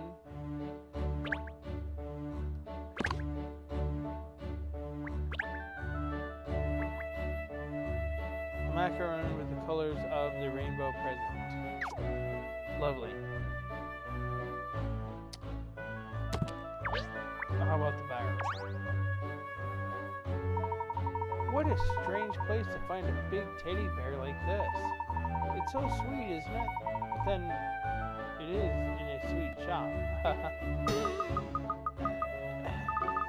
That was terrible, Ernest. Truly terrible. Sorry, anyway, I suppose it's just here as decoration, is it? No, Ernest, I mean, it was absolutely awful. Truly awful. Well, you'll just have to grin and bear it. Oh, wait a minute, though. There's something strange about this bear. That is not bear. That is one of my cakes.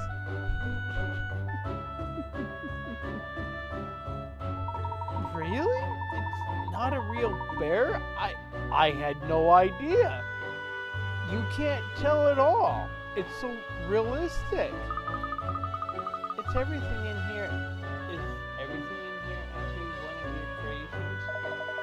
No, yes, everything you see in my shop is cake or pastry made by me to look like something from everyday life.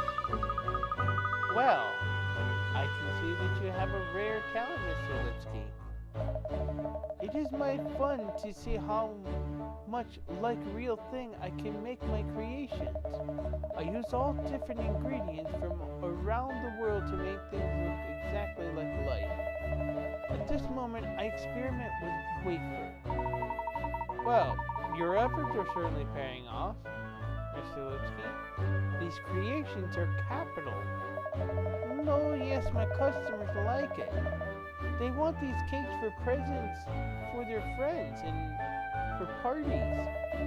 Berries made mostly from wafer as well. And they are chocolate.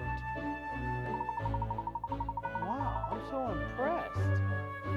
Let's have more of a look around, miss.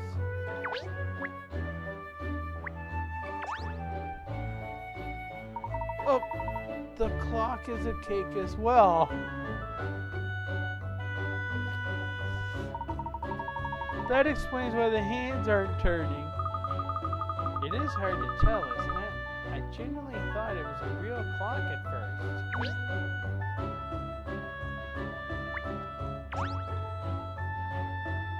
Mr. Lipsky said that all the ornaments and decorations in the shop were cakes that he'd made, didn't he?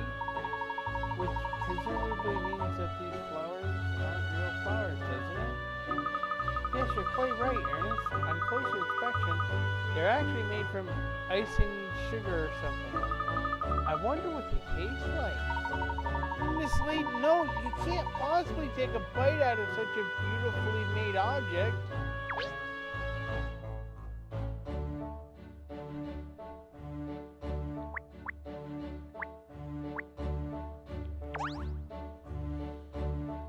Have you made your decision? Oh, it's so hard. Everything in here looks so tasty. By the way, Mr. Lipsky, did you know that the tower hand of one of the clocks in the Elizabeth Tower had gone missing? No, yes, I know. Of course, my Patsy is worried about this. Yes, Han said he was hoping to have it repaired as soon as possible. You cannot relax if clocks are not running as they should. No, naturally, I understand how he feels. So, you have decided what you like? Oh, I'm sorry, we were so busy admiring all your wonderful decorations.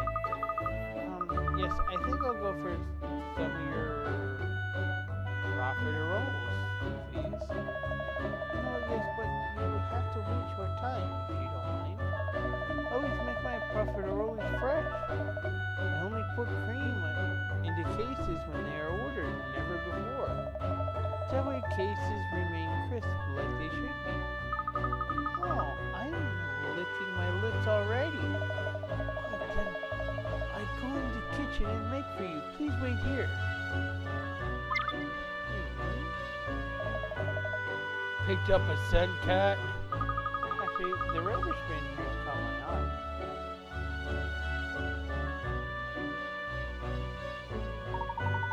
It could do with being emptied, could it?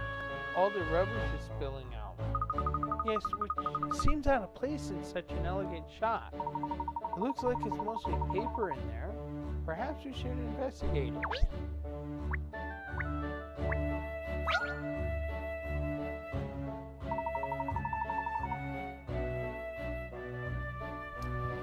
There's lots of shreds of paper in the bin.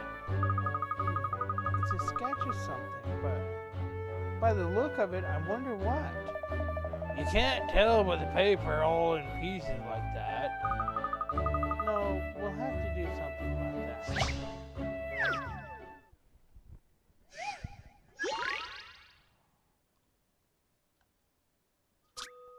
There are some pieces of paper in the bin with something drawn on both sides.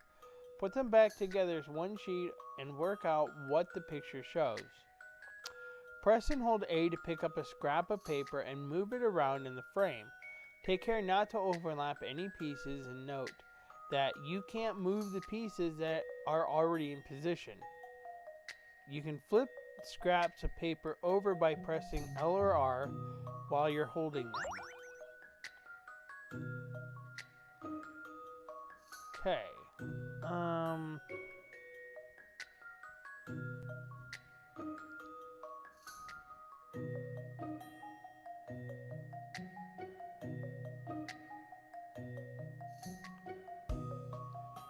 Alright,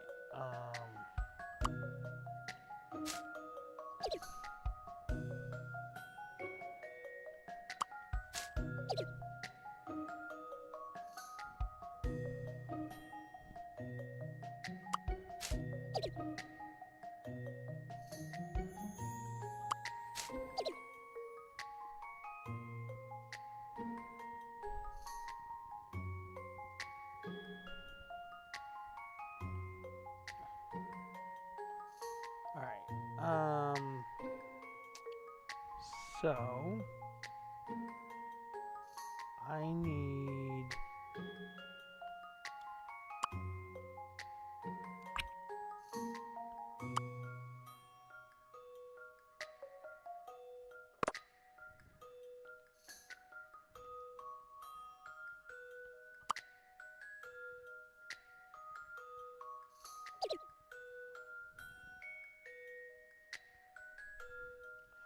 Wait.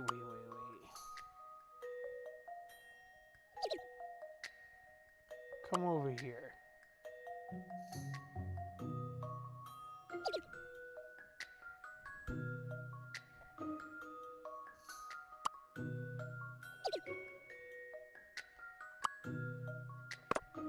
Okay.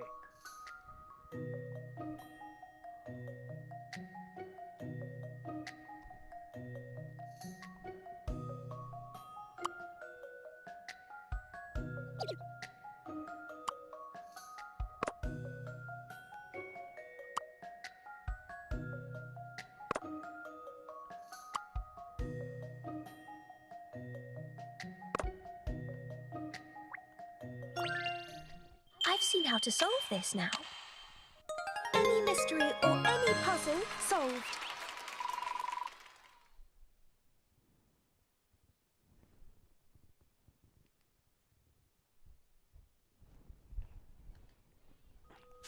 You did it! Putting this piece of paper back together showed a recipe for some bread in the shape of a squid. On the back is something that looks like the hand of a clock.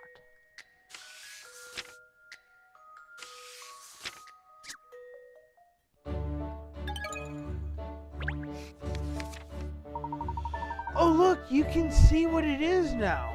It looks like some kind of recipe for squid bread apparently. Oh, that sounds really unappetizing even to me. And I'm a dog. Look at the back though. What's on the back? There's something drawn on the back as well. Let's see. It's the missing hand of the Elizabeth Towers clock.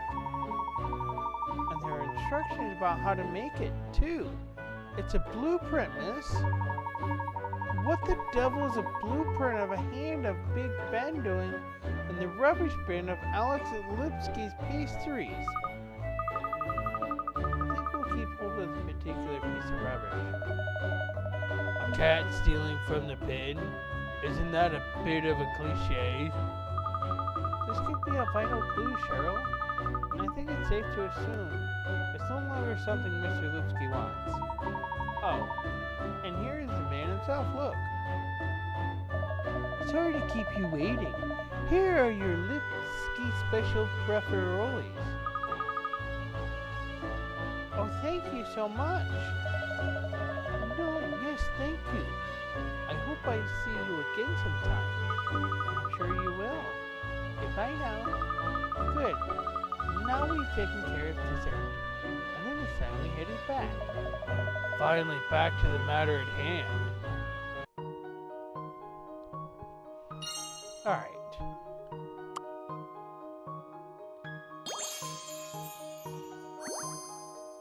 I think we're getting closer to solving this. Piece together from scraps of paper found in the rubbish bin and Lipsky's pastries. Sketch on the back of a recipe was a drawing of a clock hand. Alright, we're gonna pull this up. Go into the journal.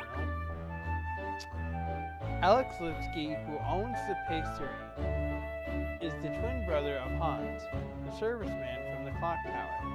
His shop is full of extremely realistic edible models of different items. We also pieced together a drawing from some ripped up paper found in the bin.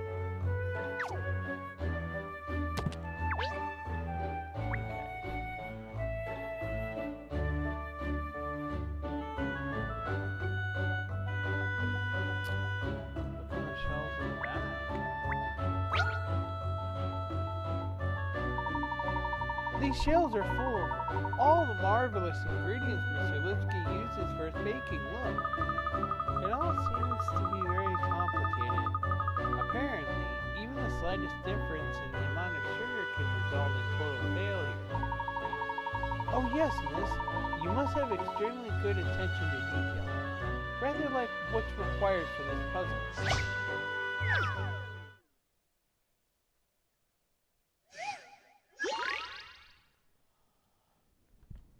Alright, here are two sets of digital scales. Their displays are both broken at the same place. So the bottom left part of a number does not show up. For example, the number 6 would appear as 5. The sugar being weighed is showing up 1 gram heavier than it is on the left hand scales and 1 gram lighter than it is on the right hand scales. What is the actual total number of grams of sugar on both sets of scales?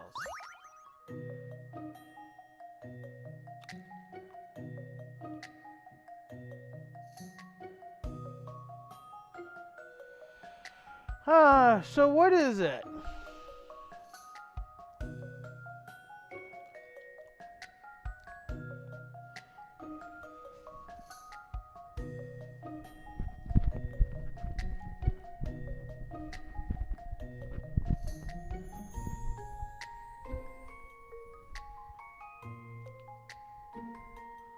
Sugar being weighed is showing up 1 gram heavier than it is on the left hand scales and 1 gram lighter than it is on the right hand scales.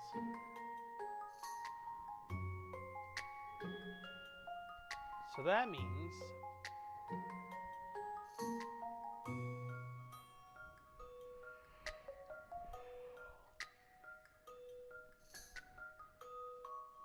what is the total number?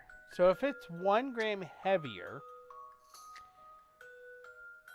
and then that's 1 gram lighter, how many grams total?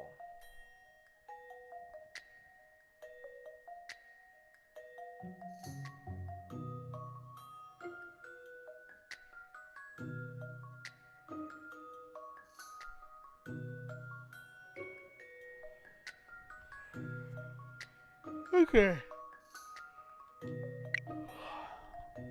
Okay, let's solve this.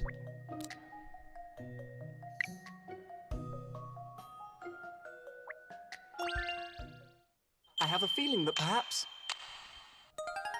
That's a relief. I wasn't entirely sure.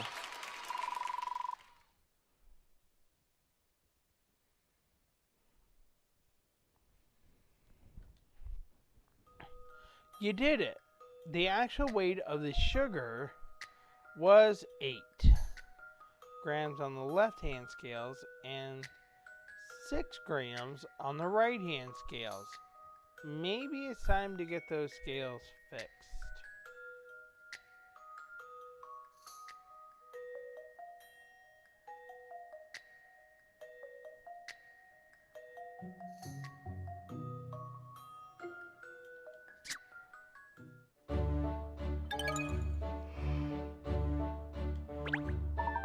Oh, bravo, miss!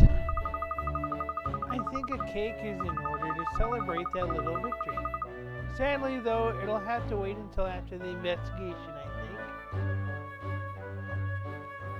think. We just earned a subscriber.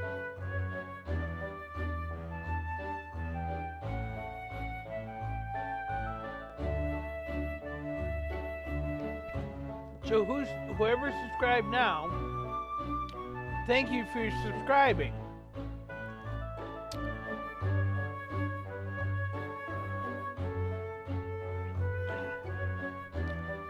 We are also available on Twitch and Kick as well, as you can see the numbers there. I'm trying to get 20 subscribers on Twitch. That's been my goal for a while.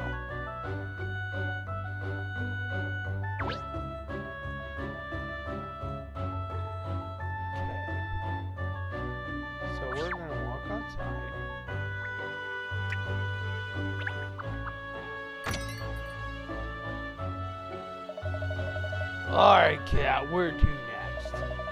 You've done the restaurant and the cake shop. Please tell me you're full now. Yes, I couldn't eat another thing. So let's carry on down Chancer Lane. If we keep heading north, we'll arrive back at the office. Oh, I know what you're thinking, miss. We're stopping in for a quick strategy meeting, aren't we? To discuss our next move. Wrong. There's a lovely little boutique shop next to the Layton Detective Agency. I thought we could have a peek. Have a peek? A boutique shop, miss? Alright, that's enough, Cat. Get your mind back on the job. Come on, Ernest, back me up here. Well, if Miss Layton wants to find even more delightful clothes to wear, then I am all for it, actually. Give me strength. Come along, the boutique awaits.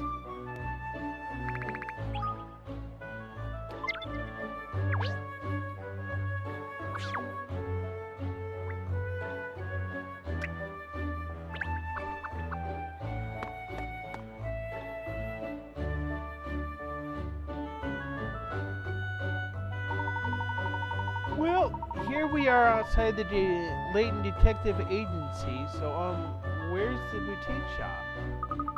It's just next door, come along. Are you really a detective? I'm starting to have my doubts. Will it be open, do you think, miss? Perhaps it's closed for the day.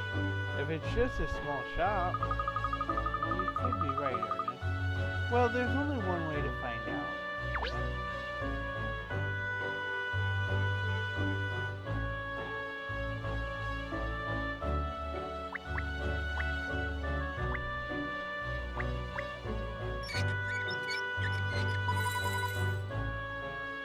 $10 in coins.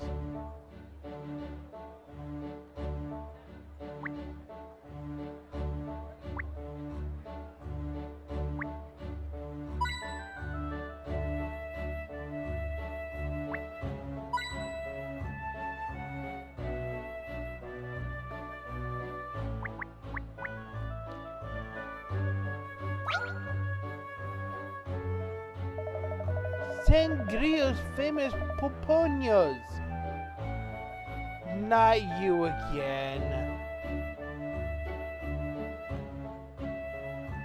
Special price just for you. See? Pupoños. Pupoños? I'm sure I've seen you before somewhere, lording around suspiciously. I'm not suspicious, I'm Benny. Anyone wearing an outfit like that needs treating suspiciously. Pupuños are the special souvenirs from my homeland, Sangrio. Yeah, which would have been there in the last game. If you have a pupuño, they say you get good luck forever. They say your dreams come true. They say you'll be extremely happy. Gosh, it sounds almost too good to be true. I think we'll have to decline, I'm afraid. We're in the middle of an important investigation at the moment. No, don't say no. If you don't like my pupoños, how about a puzzle?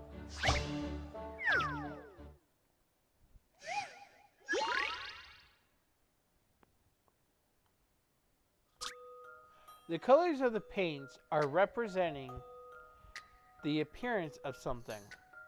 Apparently, one of the colors can be seen every day. But which one is it? A is black, B is blue, and C is white. Some puzzles are multiple choice with answer buttons like A, B, C, or 1, 2, 3. Select an answer button to indicate that's your answer.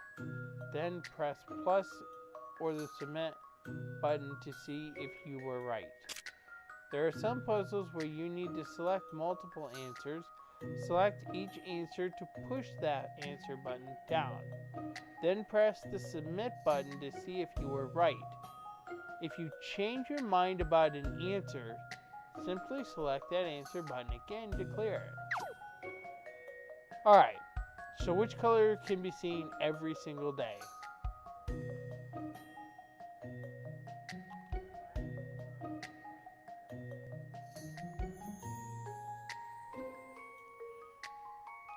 Well, in this case, we can only do one color.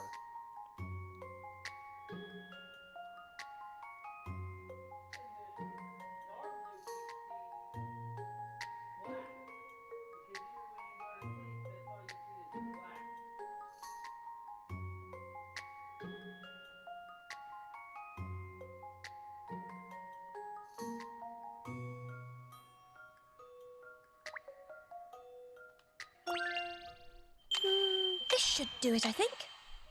Any mystery or any puzzle solved.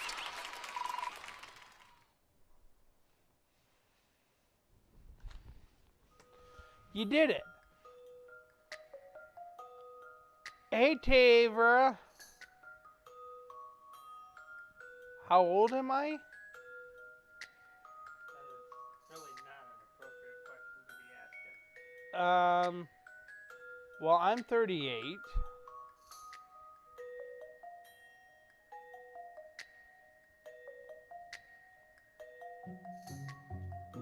You did it. The paint colors are representing the appearance of the sky.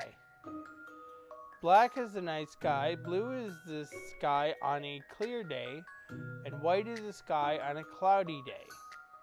The color that can be seen every day, regardless of whether it is the black of the night sky.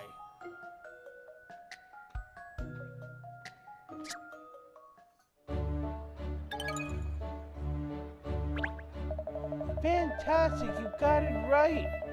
Well, I think for that you should have a sangria pupunya. Really? For free? For 2/3 of the normal price.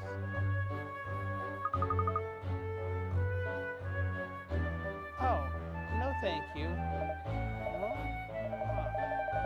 why does no one want to buy my pupunya? I came such a long way from Sangrio to sell my pupunyas all over the world. I'm sure Londoners would like them, but nobody shows any interest at all. Oh, I'm sorry to hear that. Would you like to buy a pupunya to cheer me up? No. Doing business like this is not easy.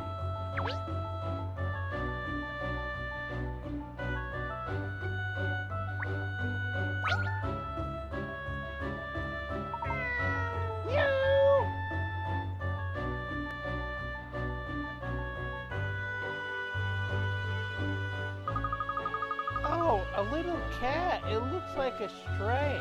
Perhaps it's lost. Do you think? Poor mite. We'll have to help it find its mother.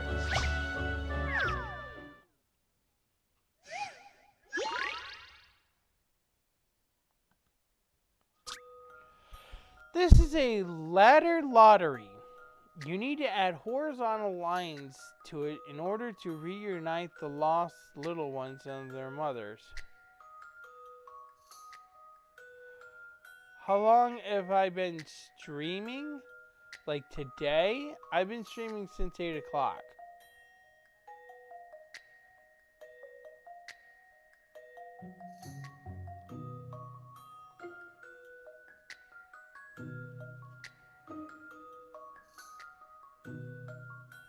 What is the minimum number of horizontal lines you need to add? Select the box and input your answer. For an explanation of how ladder lotteries work, press X or select the menu button underneath the puzzle's picture. Select the answer from the letters and the numbers. Yeah, after confirming, you'll see that you have written what you have written appear in the answer frame. To change your answer, simply select the frame again. With ladder lotteries, you start at the top and follow a vertical line down to the bottom. When you hit a horizontal line, you must go along it. And when that hits the next vertical line, you start following that one down.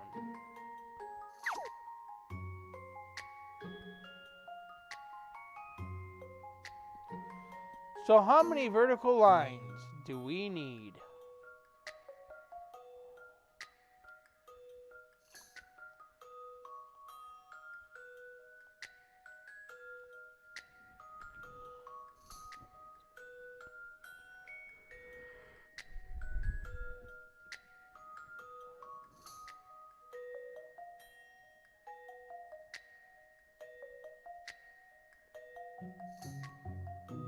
It's a ladder lottery. So we got to draw horizontal lines for all of these, the ones on the top for their mates on the bottom.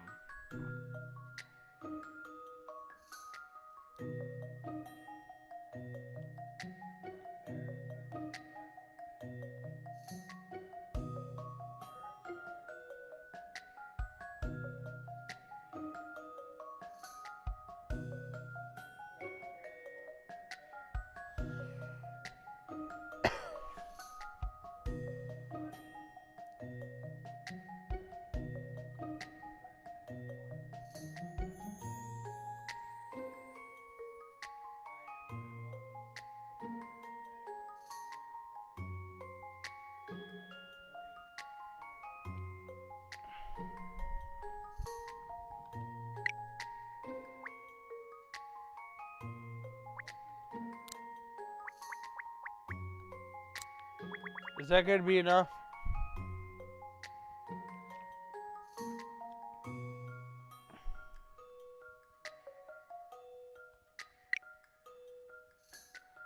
You don't think that's going to be enough?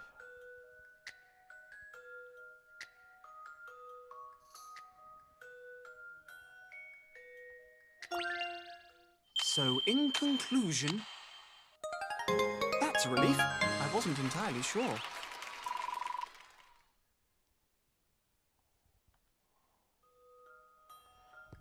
Look at that.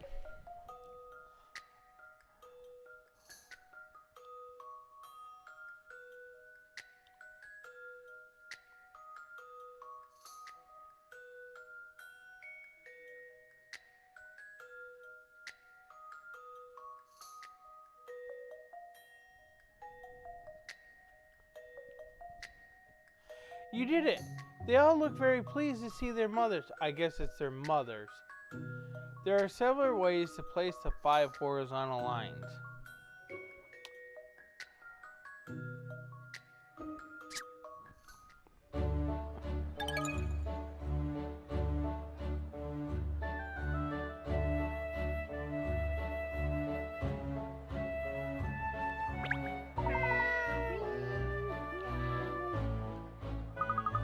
I don't think it was lost at all.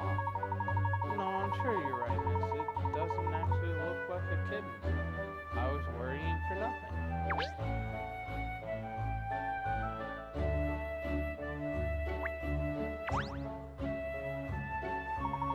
Oh, were you hoping to buy something in the Lucky Clover? Well, I was hoping to browse at least. Of course you were, my dear.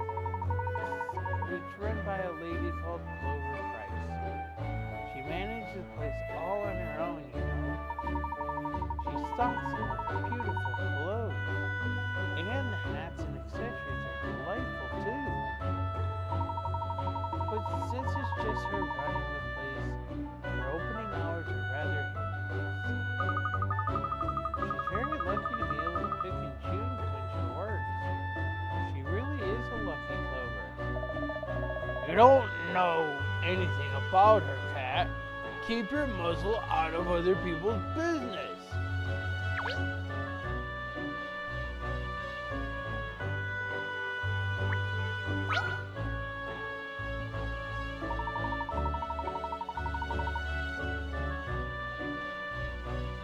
The door won't budge.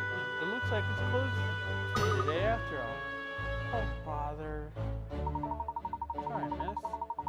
But at least you can easily come and Again another day, seeing as it's right next door to the office. But I'm in the mood for shopping now. Do you think it's really closed? You don't think the owner will open up for me? Know when to give up, Cat. Deary me, young tearaways, never look where you're going, do you? Sorry? Just look at that puddle on your feet. Oh goodness, you're right. My shoes would have been ruined. Thank you, madam. I'm very grateful. Oh, don't mention it. Suede is terrible for getting wet, isn't it? It's funny that there's only a puddle here, and nowhere else. I wonder why. There's nowhere for the water to drain away, of course. That's the trouble. Speaking of which, there's a fun little conundrum I know about drains. I wonder if you've come across it before.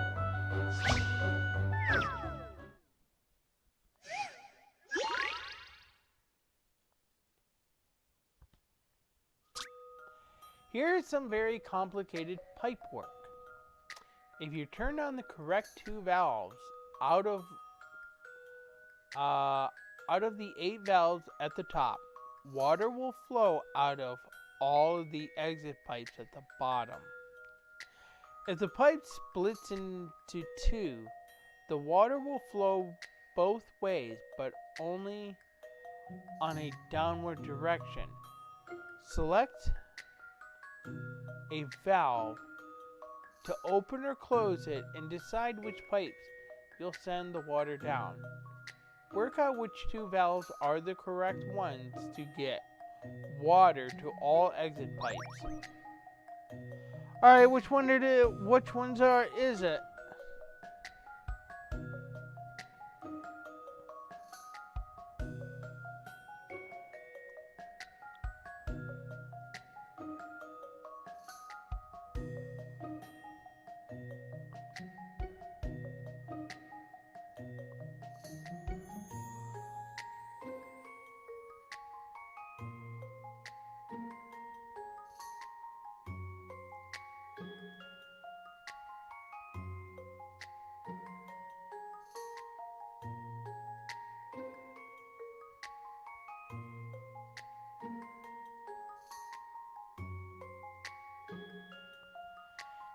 You know which valves it is?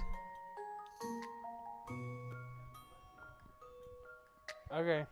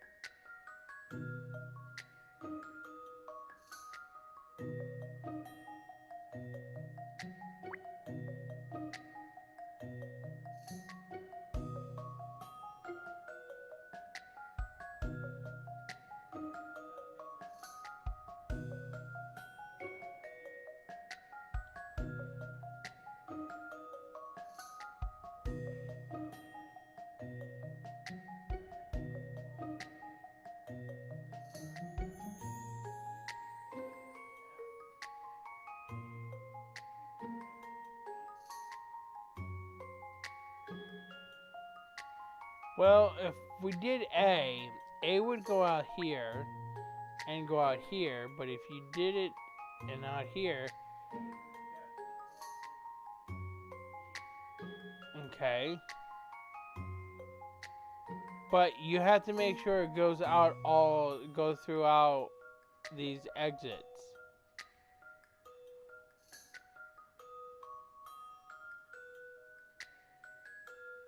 No. Because look at D. D will go out on the left side, it'll go out the same exact exits as A. But if you come down here, it'll go down here, come down here, splits off here, and down here. You're missing these two pipes right here.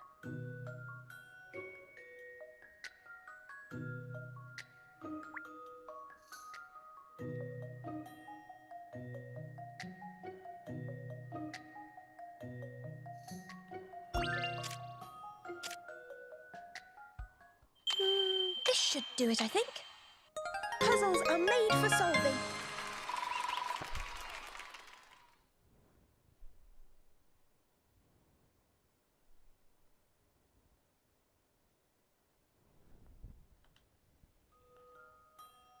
You did it! Turning on valves B and E makes water come out of all exits. Now all of the pipes have water flowing through.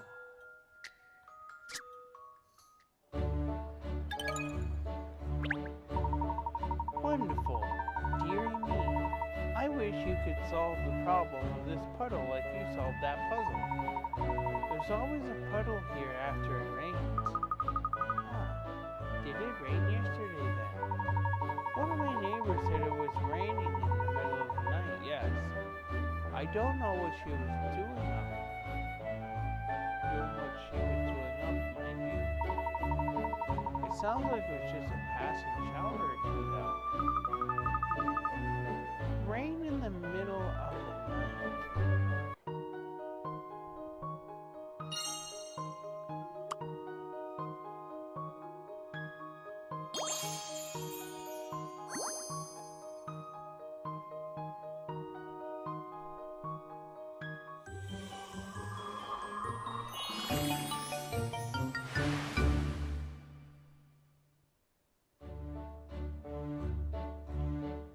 Neither Cat, Ernest, or Cheryl noticed, but a sizable puddle in the front of the Lucky Clover on Chancellor Lane attests to a strong shower during the night.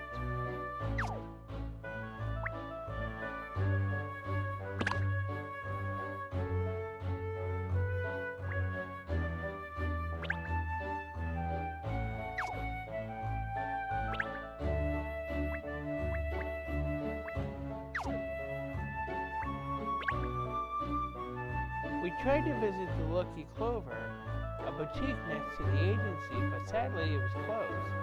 There was a large puddle on the pavement by the door, however. It seems it rained heavily in the night, though I slept through it. Could this be significant?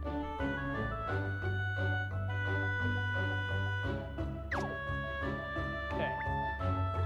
So it's time to just solve the case.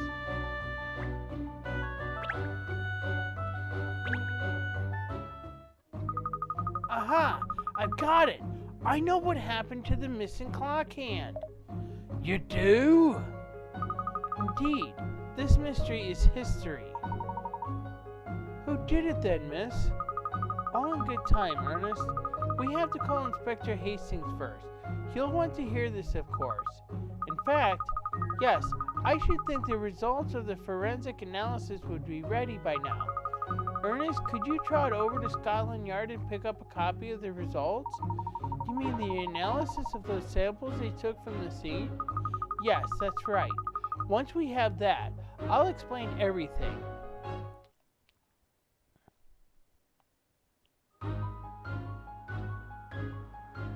It doesn't make any sense, Cat. Clock hands don't just go missing overnight. Well, not necessarily. What if the hand melted during the night? That's a possibility. No. Just no. I wonder. Aha! Yes! The hand of the clock must have been an enormous wafer. Now you're taking the biscuit. Well, traces of a substance that could be wafer were found at the base of the clock Put tower. me down. Tell me you're making this up, please. The samples collected from the scene certainly could indicate a wafer-like material. It had me confused at first, but of course, wafer makes perfect sense. Oh, yes. Wafer makes perfect sense for the kitty cat. But for the rest of us, who aren't crazy, it's a bit hard to swallow. It's the truth that's crazy, not me. Because the truth is stranger than fiction. Really? It's highly probable that the culprit is someone used to cooking cakes and pastries on a grand scale. In other words, a confectioner. We're looking for a master wafer maker.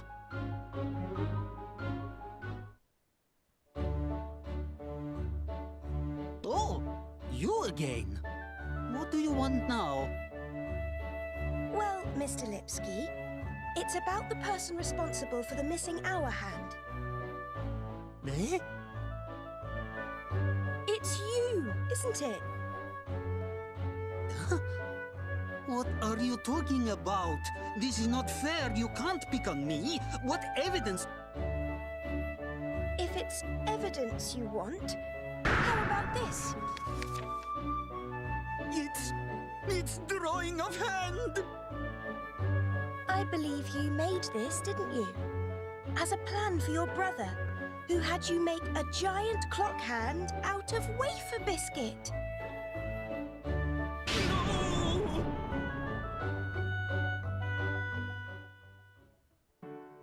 I was not enough careful.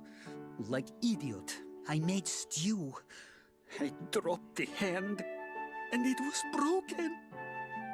Now Ambassador is coming, and we are in pickle. So you came up with the idea of a wafer hand to buy you some time? No, yes. It was only thing I could think of. But my Bratzy is not to blame. It was all my idea. Bratzy, no. I thought a plan, not you. Quiet, Alex. I told you just follow what I say. It's really very charming. Huh? The idea of a giant clock hand made of wafer. It's a... Still, I did not tell truth. I made big mistake. Now, I don't know what me and my Bratzy can do. Oh, that's easy. Easy? Yes, make another one. We'll present your wonderful wafer clock hand to the ambassador as a gift. What foreign dignitary wouldn't be delighted by a life-sized replica of a piece of one of Britain's most iconic landmarks? Huh?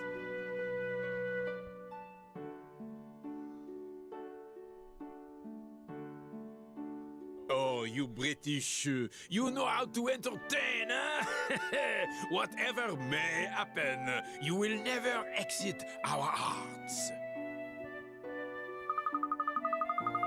So Ambassador Foxoff's visit went off like clockwork, and Britain's place as a friendly ally to its European neighbors was firmly re-established. Oh, Miss Layton, you're amazing! I can't believe it. That whole wafer thing, how wasn't that just a shaky dog story? Ah, but you see, Shirl, the truth is always stranger than fiction.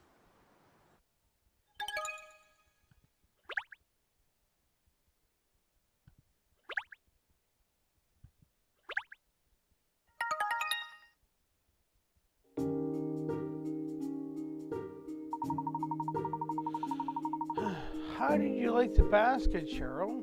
Was it comfortable sleeping in there? Yeah, thanks, Ernest. It beats sleeping on the street, that's for sure, or worse. Anything to stay out of the pound, out of Battersea. Well, if there's anything else at all that you need, do let me know. I hear you're homeless at the moment, Cheryl. You're welcome to live here at the office for a while if it would help. So that would be a big help. This memory loss thing is a really rough deal. I don't know who I am or where I come from. I just suddenly found myself wandering the streets. That's the first thing I remember. Until you spotted one of our flyers and decided to enlist the service of the best detective in town. Yes, that was one of the leaflets I designed that you picked up, Cheryl. Miss Layton, had done absolutely no advertising at all since she set up here, so I decided to take matters into my own hands.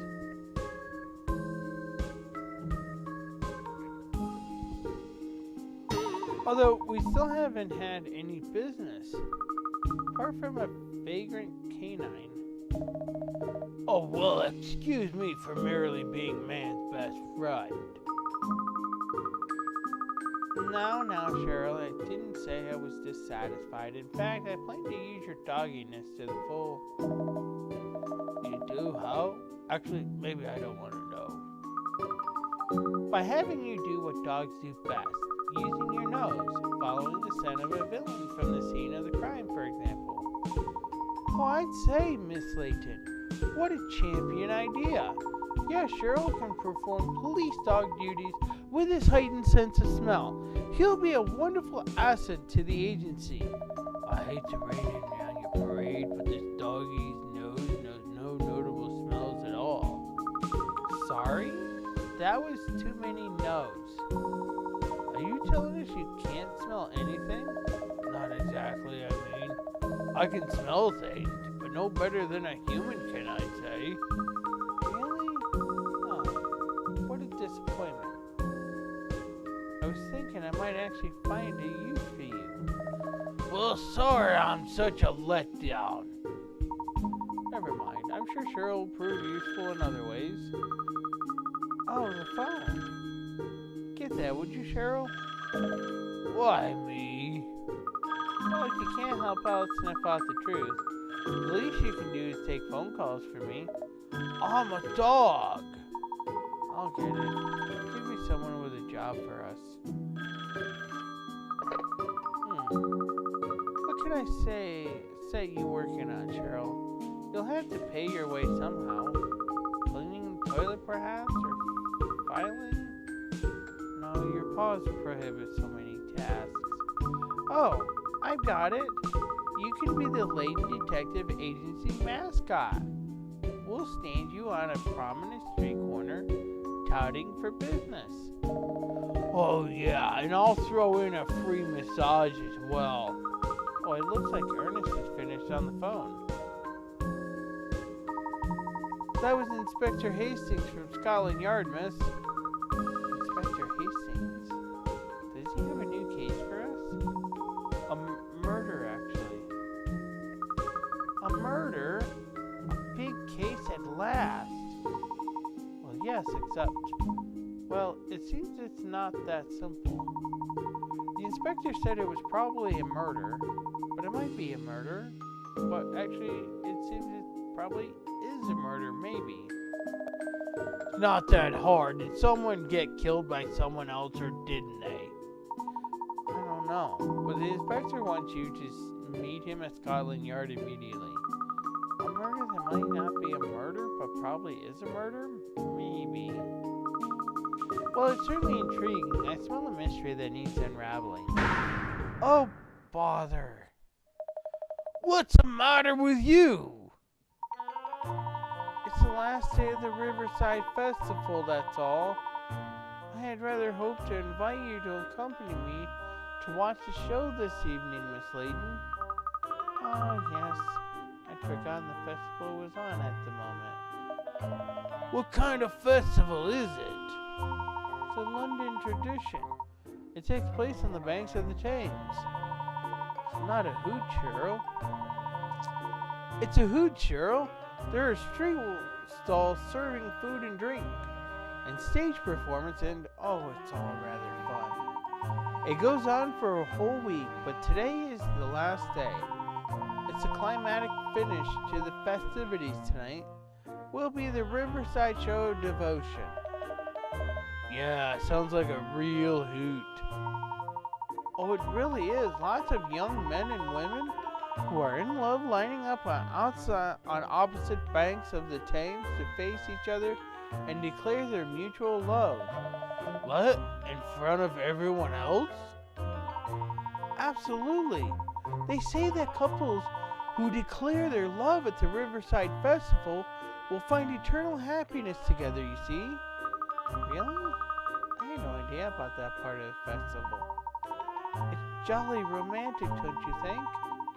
I was hoping to escort Miss Layton so we could watch the show together, but now... Didn't you say it happens every year? There's always next year then, isn't there, Romeo? Perhaps not, actually. Numbers have been dwindling in recent years, you see. There are rumors that they might even abolish the festival altogether. This may very well be our last chance to experience it. I must admit, it does sound appealing. Really? The romance of it all gets to you too, doesn't it, Miss? Oh, joy. Sorry, Ernest. It's not the food and drink stalls you mentioned that have piqued my interest. Ruled by your hunger, not your heart. You should be a dog. Food at festivals always tastes better for some reason. Don't you think? It's the atmosphere, I suppose. Oh, yes. I couldn't agree more. It's cheering with that someone special that really does it, isn't it? Yes, well, we mustn't keep Inspector Hastings waiting any longer, I suppose. Come along, you two. We need to pop over to Scotland Yard. Of course, miss. Why do I need to come? Because you need to earn your keep. You're getting free lodging here at my office, remember? Unless you prefer the street corner advertising we discussed before. I'll grab my lead. I'm starting to think I picked the wrong agency here.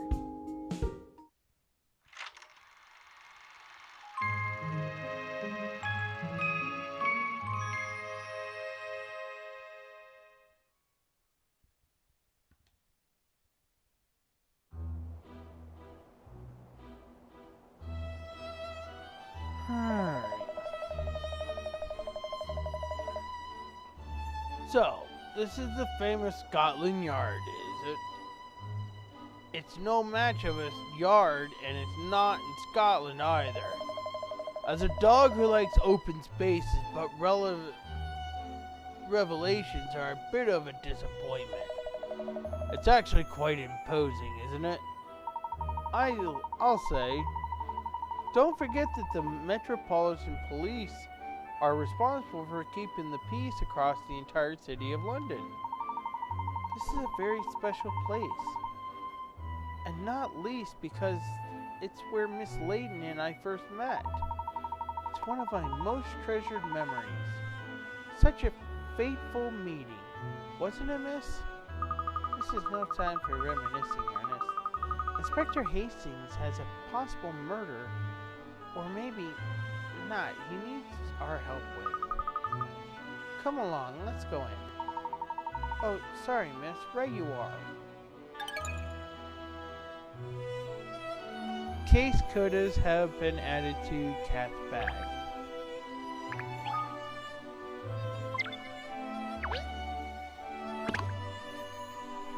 Case codas are a little mini episode that you can only see here. Each time you solve a case, a new case coda will be added to the list. Now that the case has been solved, you can view the clue descriptions in the case file. Once you solve the case, you can view information here about the key clues that helped you get to the bottom of it.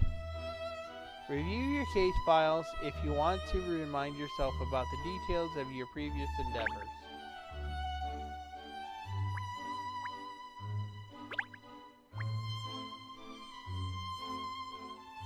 Okay.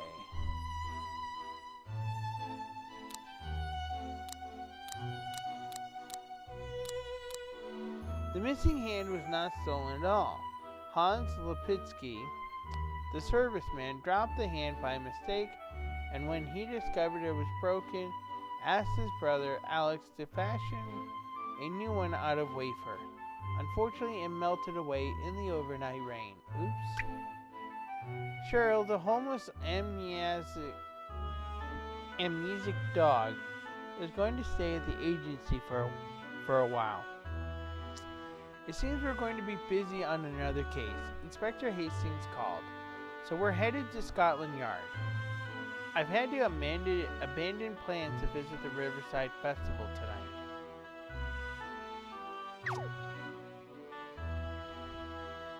Alright, we're gonna do the quota. Silverware?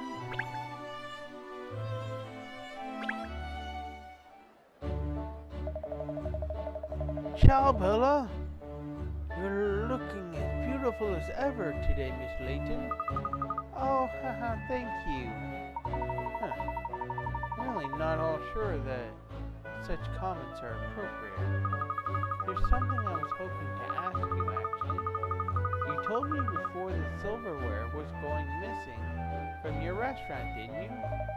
See, that's correct. Why do you ask? Well, I was wondering if you managed to discover why it's disappearing. Was it a theft in the end after all? Well, actually, it was a simple misunderstanding. Oh?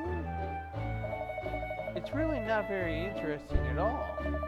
You see, the chief was leaving cutlery on the tables, and the manager was finding them, assuming they'd been left there by mistake, and tidying them away somewhere else. Oh dear.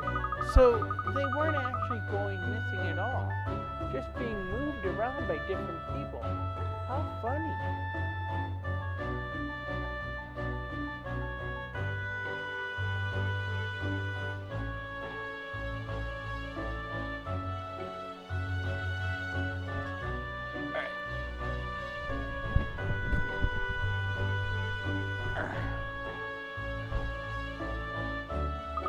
Was it the same story with the silver platter? Oh, well, don't tell me. The silver platter was missing because you took it? None, please, you can't hide the truth from me. It's written all over your face. The truth is, I dropped it once. I dropped it and it got completely ruined. I thought the manager would be angry with me, so I hid it. The more time passed, the harder it became to own up to the truth. But I will now. I'll tell the manager everything, I promise. Good. Grazie, Miss Layton. You've given me the courage to face my demons. You're very welcome. It's what a gentlewoman does. Oh, bravo, miss. You saw straight through that, cad. You sound a little touchy, Ernest. Perhaps you're hungry. Shall we order? Order? I'll have the Mont Etna curried calzone, please. Actually, no. The angry aquapazza. Actually, no. The double fish for daredevils. Actually, no. I'll have all three. You're never going to eat all that. You'll need a doggy bag.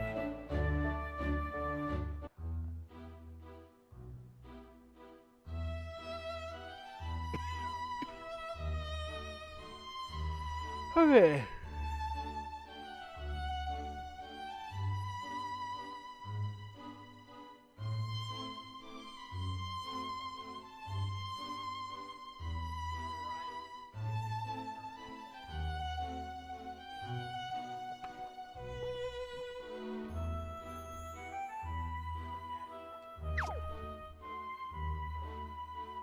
Okay. Oh yes, I forgot to mention that we can return to the agency at any point, you know. Whenever you'd like to go back, just press X or select the Layton Detective Agency button. I've put details of all cases on the pinboard, so you can switch to investigating another case whenever you decide to do so.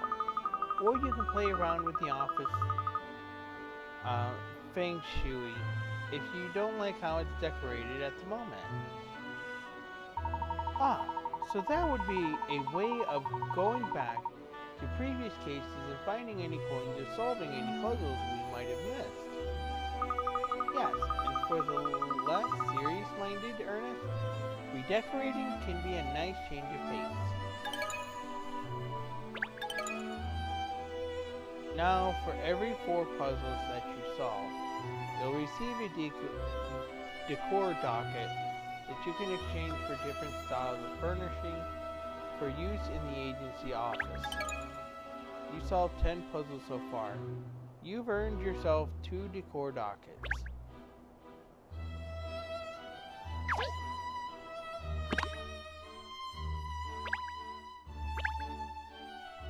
Alright.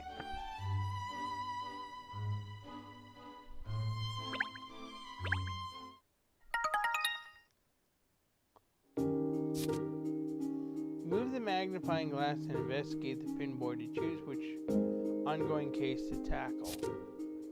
Touch the Feng Shui chair icon at the bottom right of the screen and press Y if you'd like to rearrange the furniture or redecorate the office.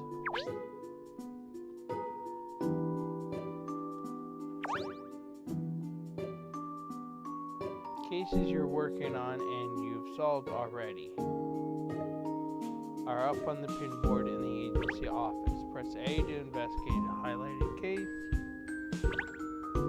As you solve each case, new cases will arrive to keep you busy. These cases appear with the word new in the upper left corner. Cases that you started but not yet solved are marked under investigation. Cases that you've already unraveled are marked solved.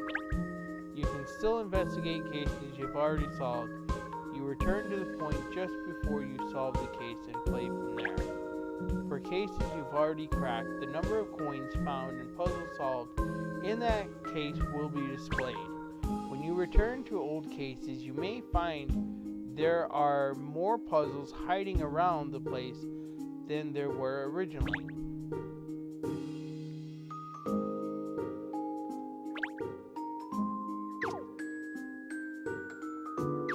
First of all, let's take a look at this. Select the Fushigi chair icon if you want to change the look of the pick the particular aspect of the room you'd like to change. There are 8 different pieces of furniture, your decor. Once you picked out a new look at you're after, press A or change to have out with the old and in with the new. The style that has this icon over it is the one that is currently in use in the room. If you'd like to acquire some brand new options for the room, pick exchange instead of change. Then select the furniture or decor you'd like to press A to give up some decor dockets in order to acquire it. You earn 1 decor docket for every 4 puzzles that you solve, so if you don't like that green wallpaper, get your thinking cap on. The profile card shows you some key statistics about your progress in the game. Press Y to view it. Okay, walls.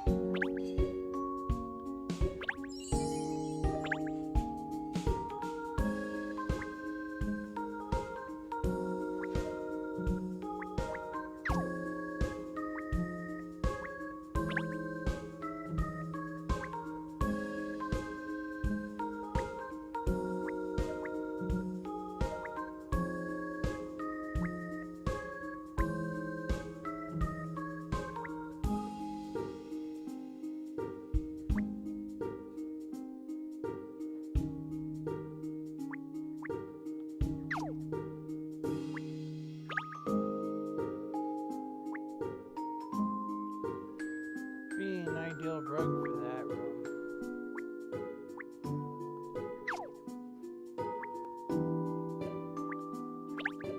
Table. The white one would look good. Actually, yeah.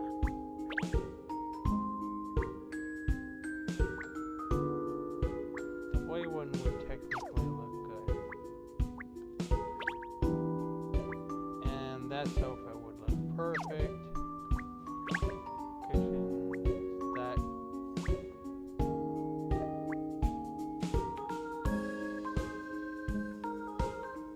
This one might look better.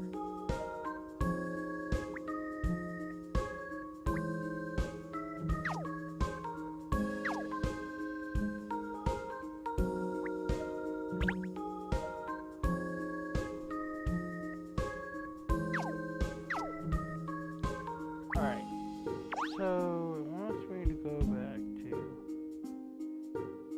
this case.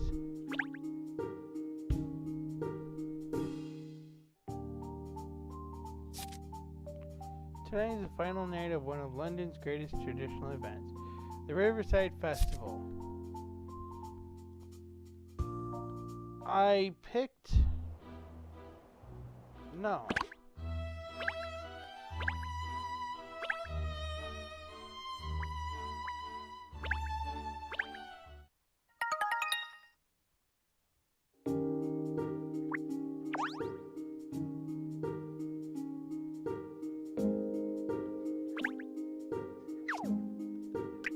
Okay.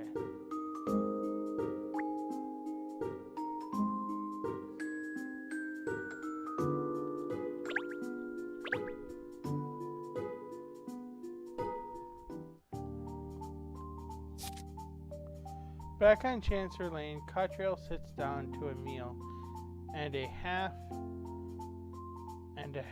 at a restaurant there, followed by dessert at Mr. Lipsky's Pastry. Next on the agenda is a browse to the Lucky Clover, a little boutique selling clothes and accessories. How exactly is this all related? Solving the case. 4 cases you've solved already. 4 cases you've sold already. The number of puzzles you've solved and the number of coins you found at the chosen destination are displayed. The number of puzzles you solved and the number of coins you found in a location are displayed underneath the place name. Once you've solved all the puzzles there and collected all the coins, the place marker will be displayed in a different color. Okay. So we're going to go here.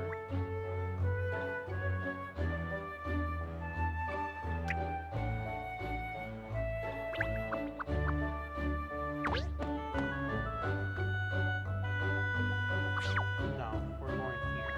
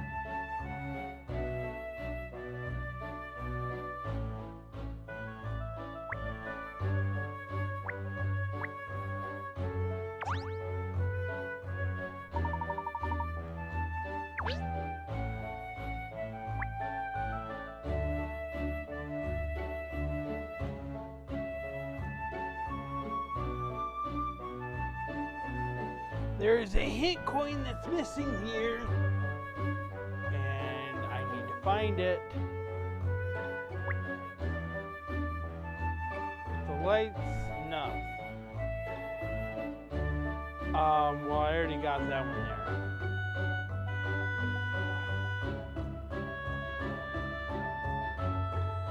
Nothing there. No, the clock's a pastry.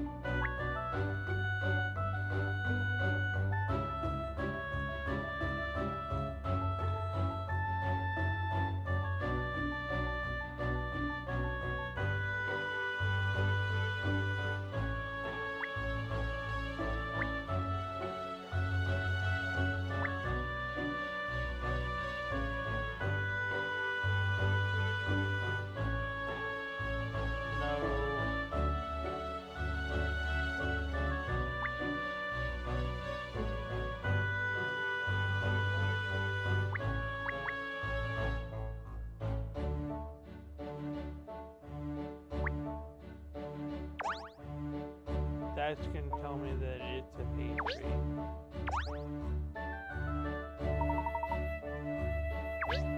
So 3 things I can click on are these 3.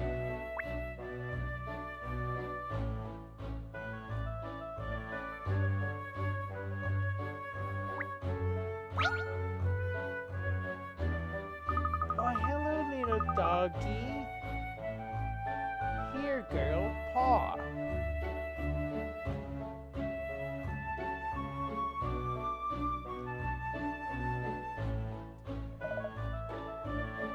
Take a walk. What's the matter, little one? Are you sad?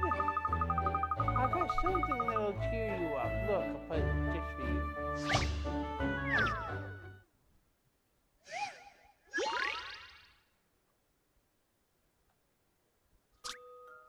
Insert an icon in place of every question so that all the games are a tie. To do this, you either need all 3 icons in each game to be different, or all 3 icons to be the same. The number of times you can use each icon is limited. 5 times rock, 3 times scissors, and 2 times paper. Select a question to cycle through the different icons and turn each game into a draw. Rock, paper, scissors is a game where all of the opponents put one hand out at the same time in the shape of a rock, paper, or scissors. To win, scissors cut paper, paper wraps rock, and rock blunts scissors. If 3 people are playing, it's a tie if all 3 of them make the same shape or if all 3 make different shapes. The number of times you can use each shape is limited and is shown by the numbers displayed underneath each of the icons in the boxes. If you exceed the number, the box will turn red. Okay.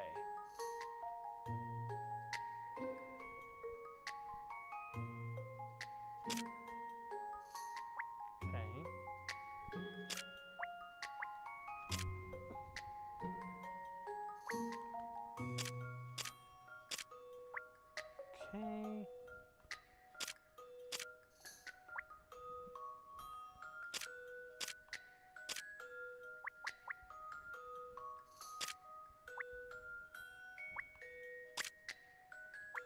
Seriously?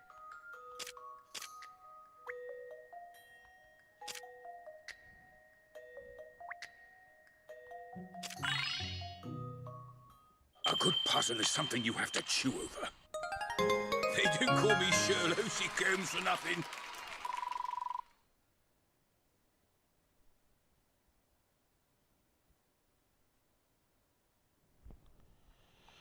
Okay. You did it. You made all the games tie and created a rock, paper, scissors tower. There is more than one way to arrange the icons, but the combinations remain the same. Wow, amazing, you did it, alright. So you can't do paw. But at least you can do something. Of course I can do paw. Go on then, Cheryl. Show us how it's done. No.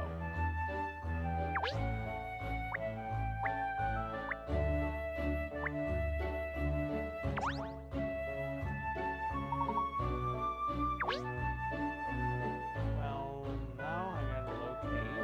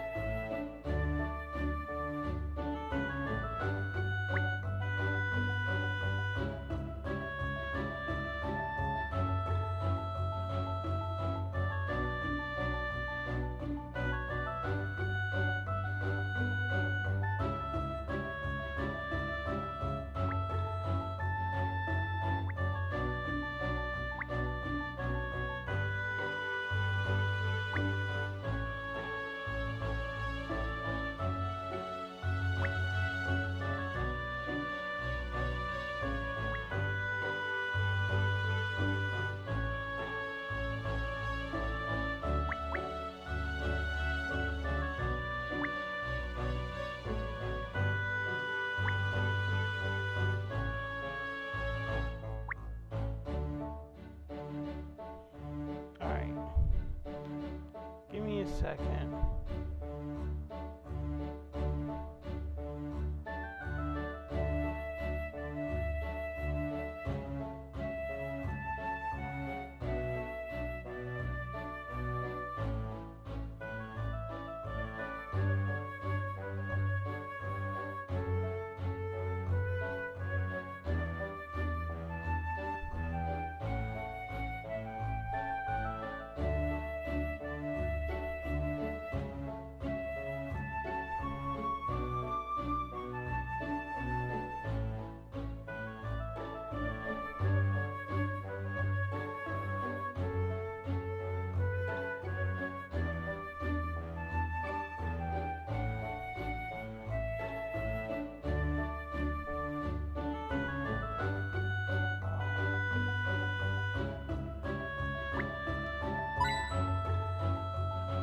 Alright, now I have them all.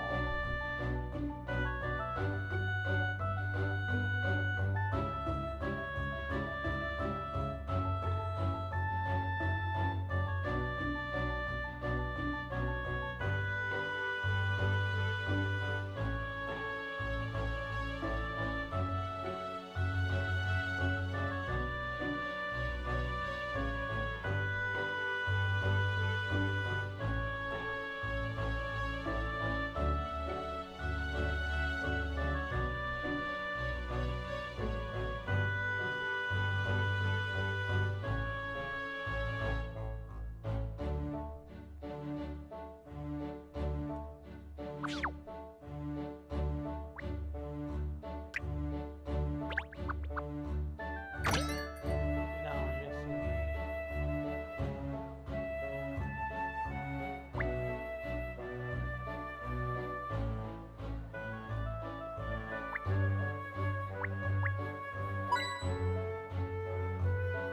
Okay.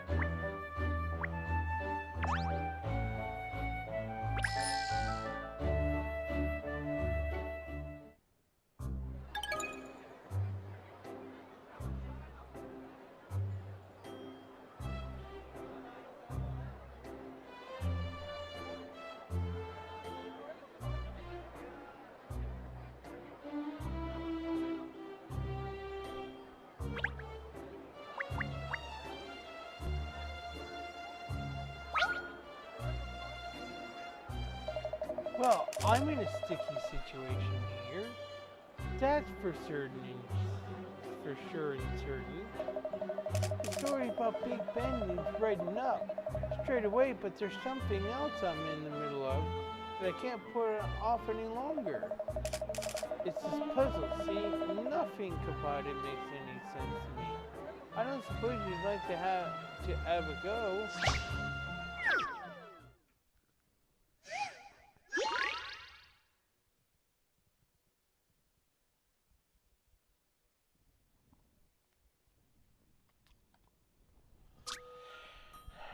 There are spaces for number panels in this 2x2 stone grid. Place the panels so that adding or multiplying two numbers horizontally or vertically results in the number shown between two panels. Press and hold A to pick up a panel so you can move it to the place on the grid. Alright.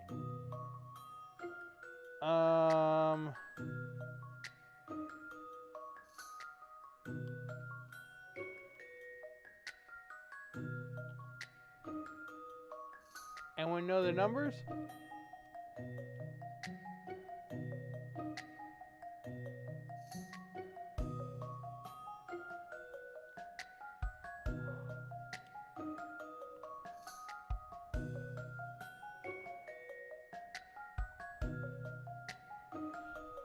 So, if we're looking at these being totals, then this should help us determine what numbers. Let's say if we added the two numbers from this top row and maybe multiply these numbers and these numbers and maybe divide these numbers. Oh no, wait. We add these two numbers, I mean.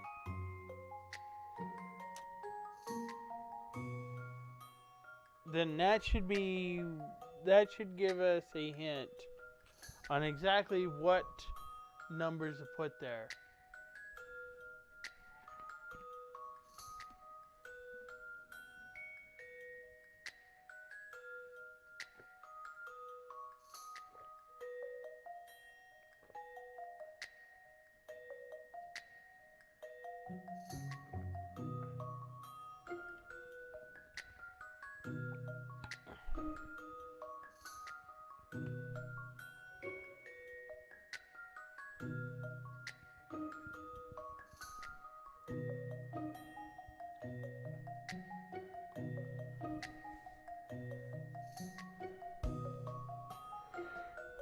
Okay.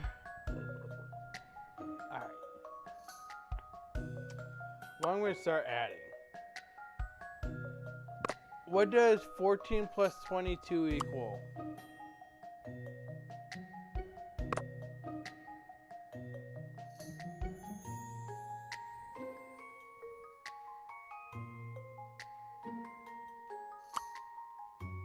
What does 22 plus 13 equal?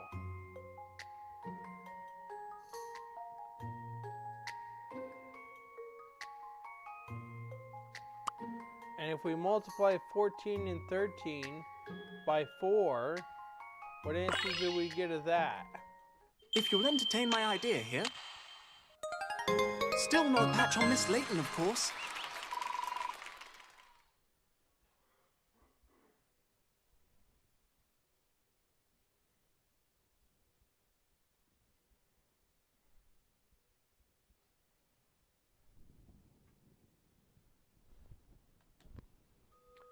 You did it. This is the only possible combination.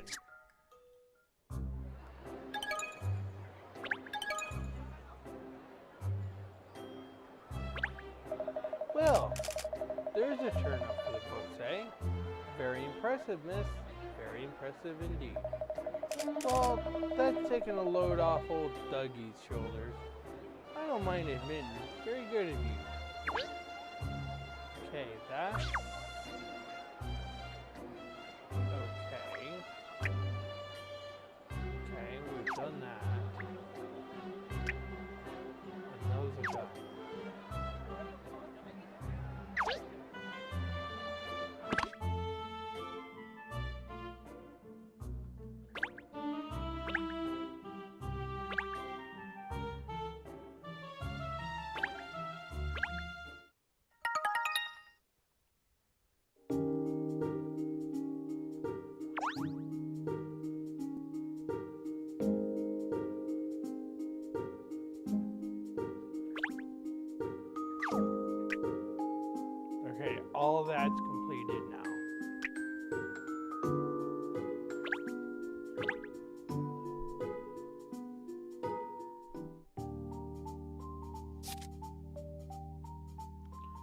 Tonight's the final night of one of London's greatest traditional events, the Riverside Festival. Inspector Hastings calls the agency to let Katrielle know of an incident that's occurred. Probably. The team rush to meet him, only to find that, in fact,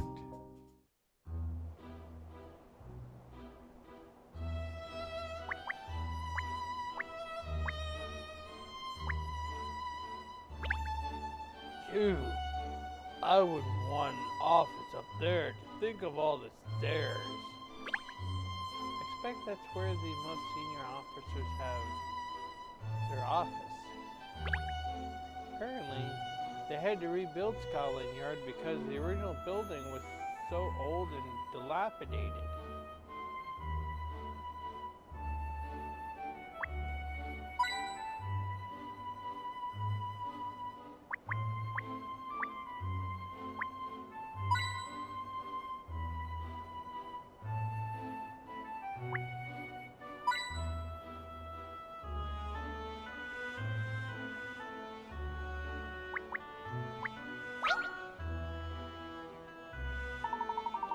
Oh, I say, there's a puzzle hiding among the folds of the flag.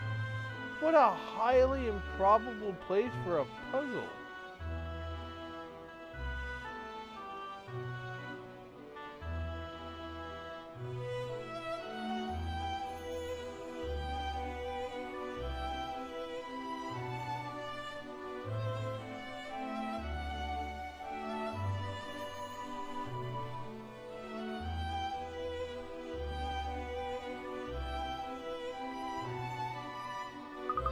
Well spotted, Ernest. You quite often find puzzles where you least expect them. Now then, why don't you have a go at solving this one, Ernest? Seeing as it was you who found it.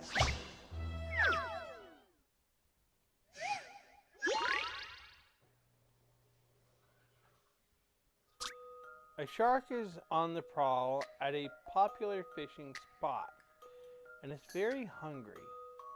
You only have 3 pieces of bait to catch all the fish in the area, but you can't afford to throw any bait too close to the shark, or it'll notice and try to bite. Where should you throw your precious bait? Your bait attracts all the fish, including any sharks within a certain range of where you throw it. Of course, you can't throw bait directly on top of a fish. That might hurt them. Alright.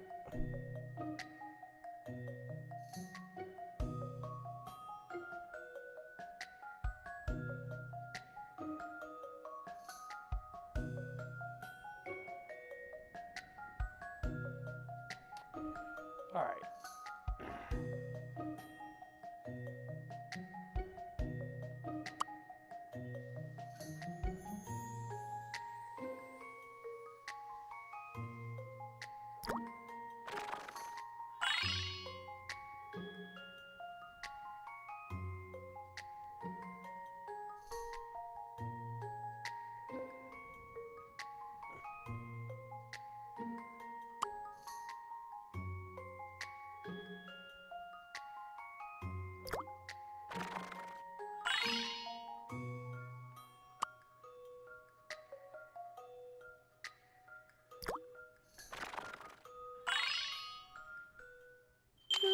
This should do it, I think. Any mystery or any puzzle solved.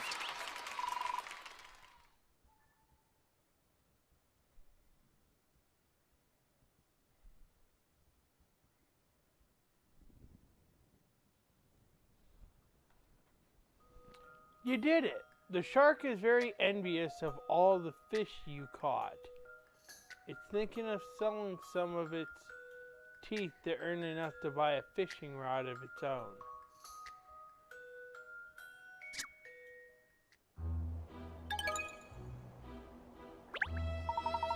I did it, miss! I solved it! Well done, Ernest. I'm impressed. Well, it wasn't easy, But it was all worth it just to hear you say that, miss.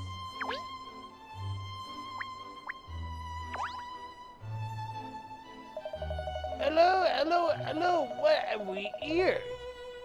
Katrielle, Layton and Co. No less. Good to see you at the yard, Mom.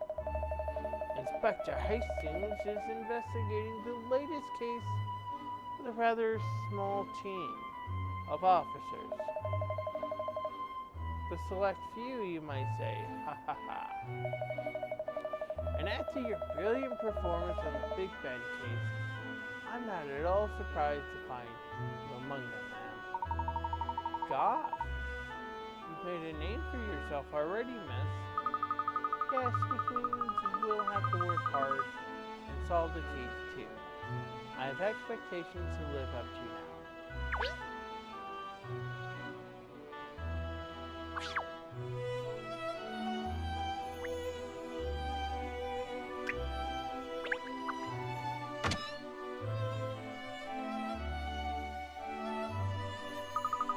Something's not right. Oh, what is it, miss? Don't you think it's unusually quiet here at the police headquarters considering a murder has just been reported? Yes, I suppose you're right.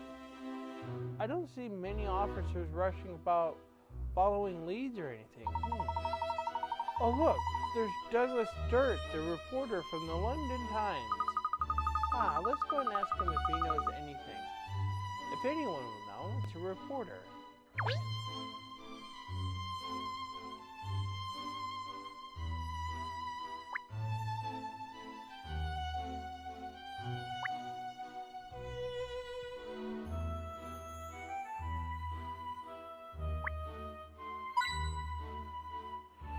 Alright.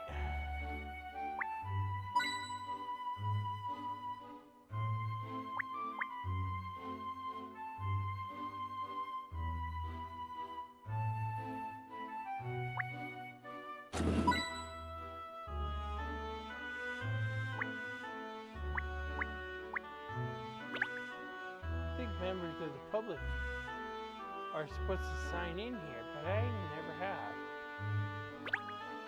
Golly, have all these people visited Scotland Yard today? Luckily I can't write Sherlock C. Holmes, or they'd think I was taking the biscuit.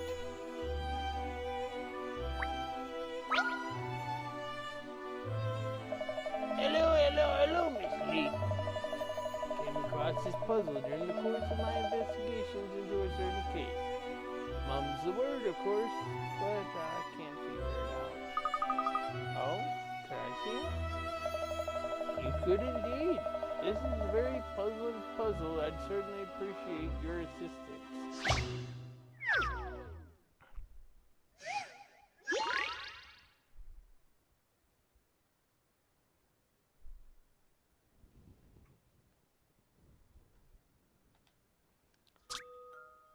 Piping hot pizza has just been delivered, so it's time to get it on the plate pronto.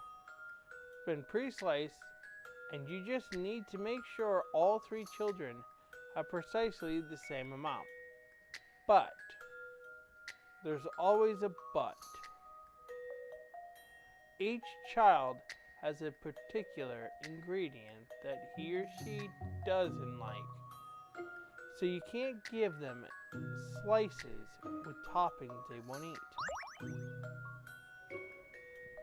Alright? So, we're going to need to do this here. He says no egg.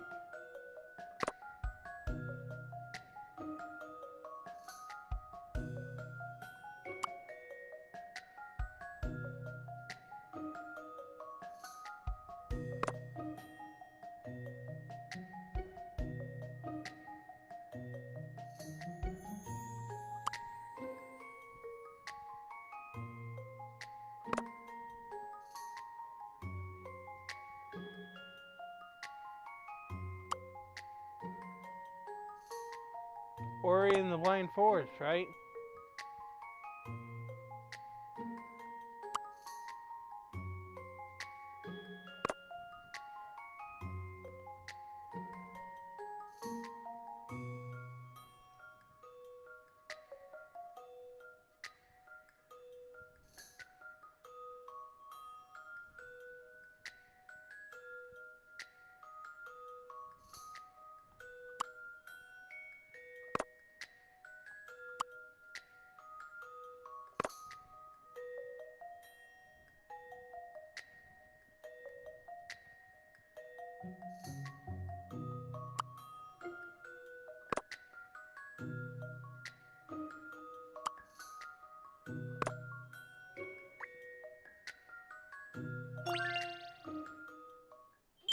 Here's an interesting one. Puzzles are made for solving.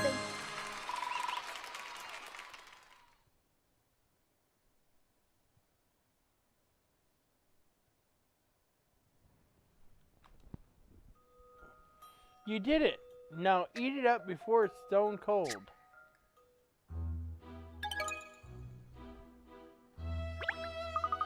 There, that should put you out of your misery, PC Beat. Oh, indeed it should, Miss Layton. Much obliged, I'm sure. Now I'll be able to keep my mind on the job. Lovely Jubilee. You're very welcome, Constable. Do call in at the Layton Detective Agency if you need assistance with any other matters.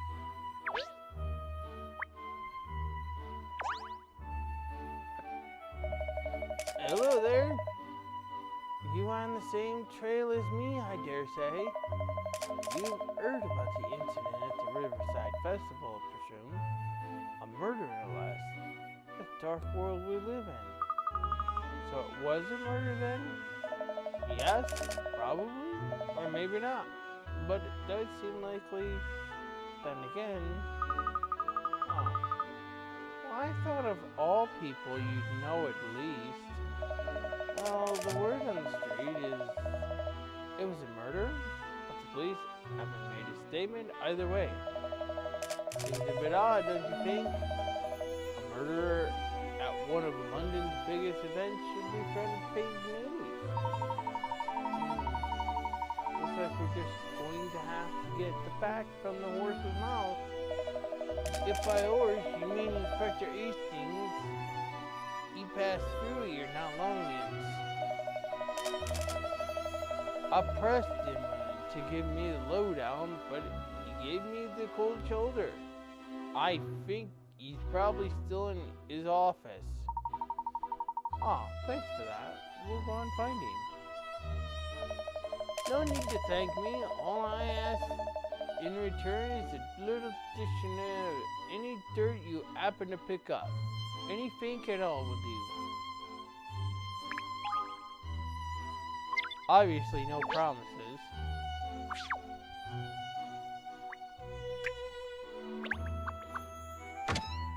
Alright. Now then, where is the inspector? Oh, look. There he is. Over there. Gosh, his face is as black as thunder. This must be a terribly troublesome case. He always looks like that. Perhaps he finds every case troublesome. Let's ask.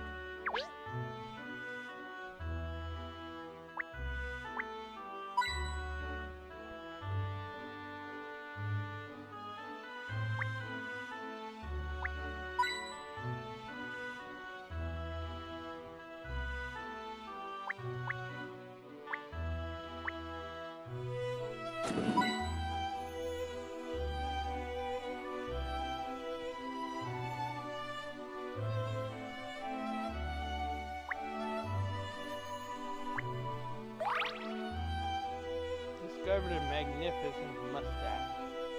Been added to your collection.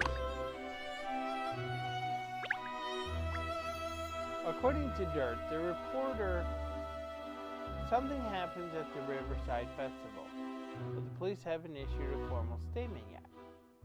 It could be a murder, but we're still not sure. Let's see what the inspector at Hastings has to say.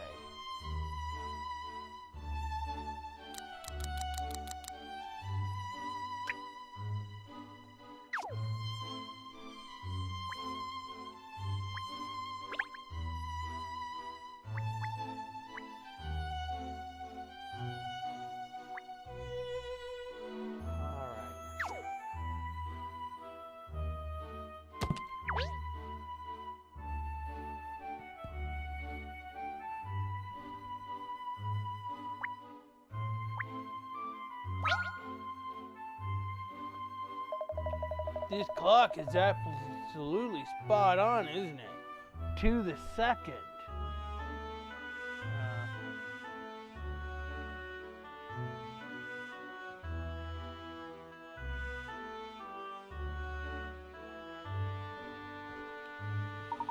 Well, Cheryl, having accurate time references is a vital part of the investigative procedure. Quite right, Ernest. Police and detectives alike always have to make sure they have the correct time.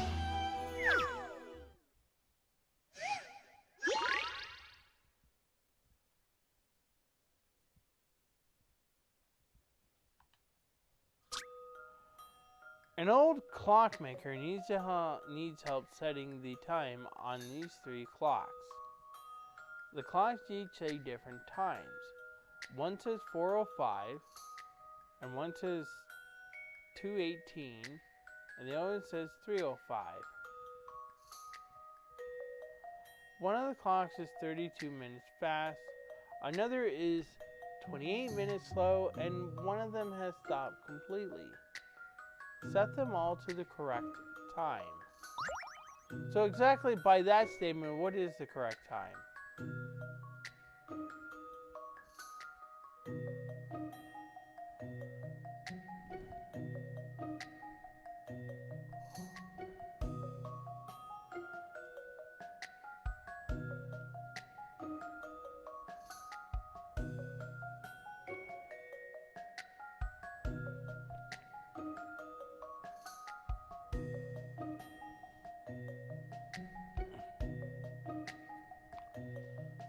Alright, nobody knows?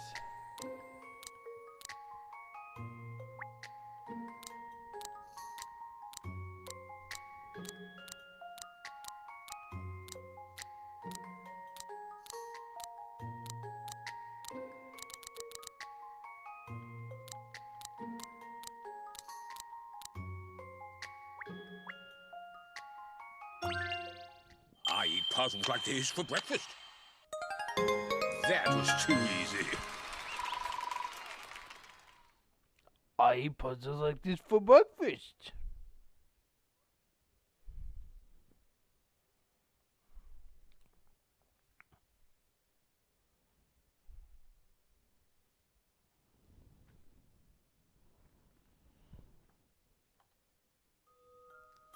You did it. The correct time is 3:33.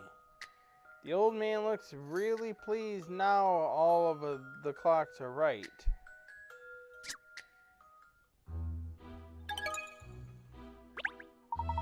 Oh, jolly good, Cheryl. Well done. Are you in training to be a police dog by any chance? Oh, sure. It was what I've always dreamt of, Pinstripes. Surely Cheryl's in training to be a detective dog, not a police dog. And he's made a very promising start. I give up.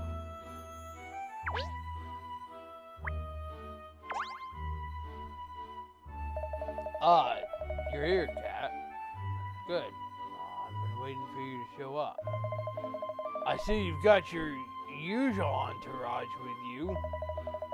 We don't actually allow pets in the yard, but I'll turn a blind eye for now. I hear there's an incident at the Riverside Festival. Yeah, that's right. The festival's in full swing already. I was actually planning on taking my better half along tonight to watch the show, but now all this has happened. People are saying it's a murder, is that right? Who told you that? Oh, me on the blower, wasn't it? But like I said, we don't know for sure. What exactly did happen, Inspector? Huh. Well, tell you what I know so far. Early this morning, a man and a woman fell from opposite banks into the Thames and haven't been seen since.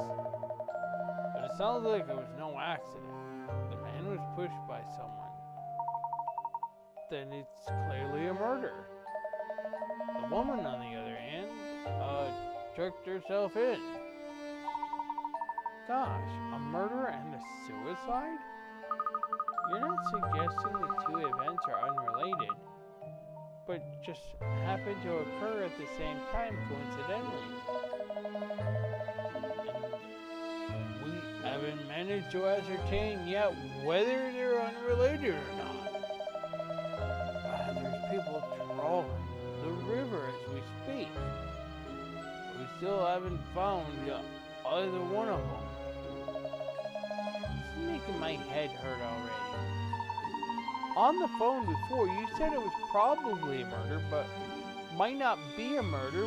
What did you mean by that? Do you know anything about the victims at all? According to our investigation so far, the girl was called Vic. Why was she called Vic? And the bloke was called Tim. Last name's not forthcoming. Because they haven't spoke to us. Both of them live on Chancer Lane, it seems. Well, blow me down with a feather. Everything seems to happen on our street. Apparently, the pair were set to appear as part of the Riverside show of devotion tonight. I wonder what's been behind all this. It's my job to find that out, Sunshine. Seems I was requested personally to handle the investigation. And not only that, I've been told not to involve too many officers. On the other hand, I'm flattered, but on the other, I'm flummoxed. There isn't exactly much to go on. And I'm hampered by having so few officers at my disposal as well. Which is partly why I asked you to come down here, Cat. You couldn't lend a hand, could you? I see. So that's the situation. Tell me, who it is that asked specifically for you, Inspector? I'm just on my way to see the person in question now as it happens. Tag along. I'm led to believe that I can find her down in Guildhall. Guildhall? You mean the town hall on Gresham Street? Yep, that's the one. Come on, check a leg. Alright then. Lead the way.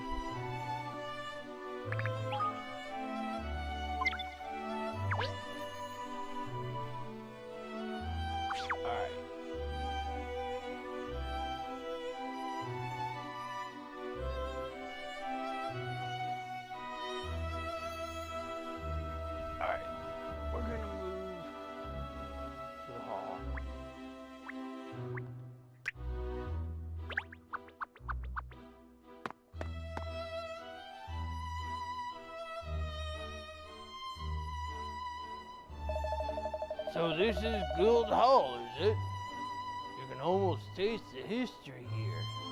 It's bustling, isn't it? Especially considering the late hour. It's a Riverside festival, that's why. It's keeping everyone busy. So who is the person that asked you to handle the case then, Inspector? Well, that would be the Mayor of London, herself, Miss Pipper. Lawanda.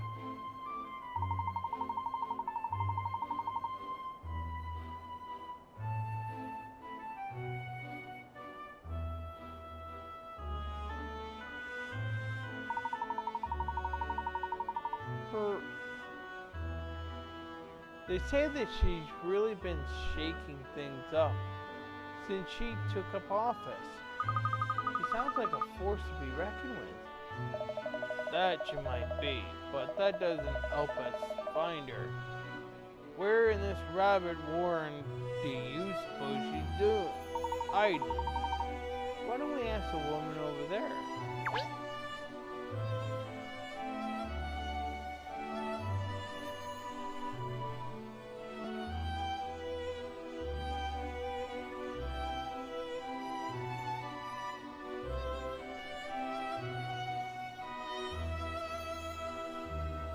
Okay,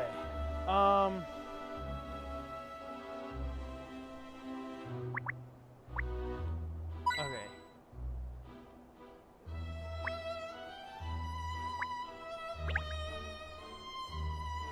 Isn't very very stately building, is it? Just right for a city with such history and tradition as London.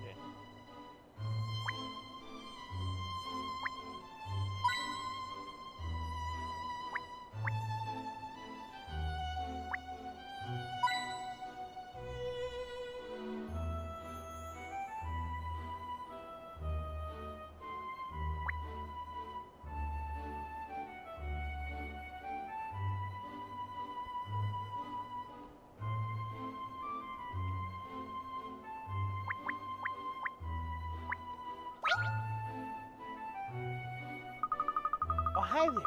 1, 2, 1, 2. How are you doing? London's such a great city. I found so many puzzles while I've been running around, and I do love puzzles. Look, I came across this one just now.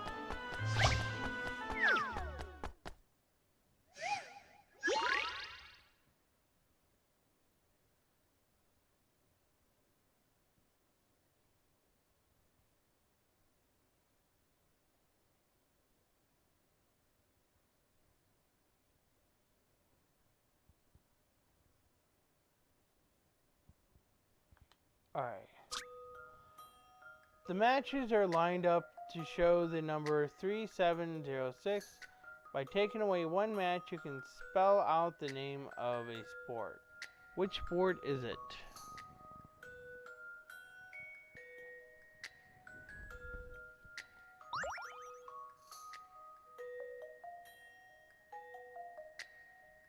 So, what sport is it?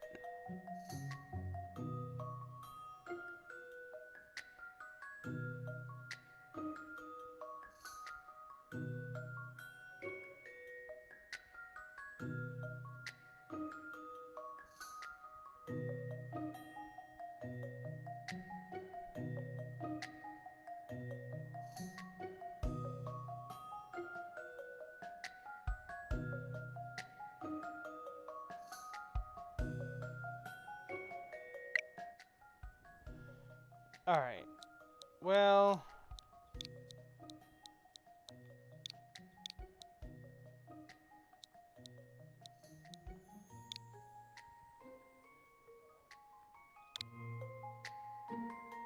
yeah, doesn't it look like golf?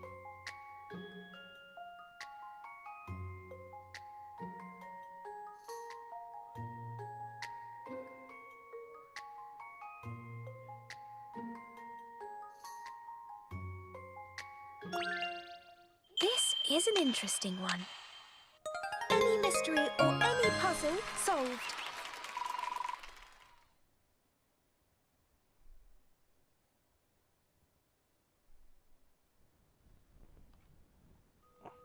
You did it! If you turn the whole thing upside down and then take one match away from the E, it spells golf. Nice shot.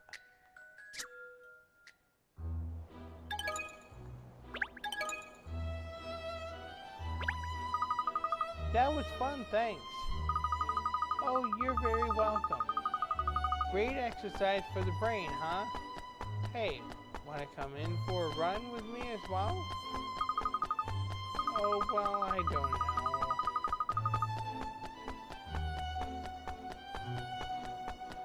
I'm not sure I could keep up with all the 1-2s. I think I'll have to pass, sorry. Alright.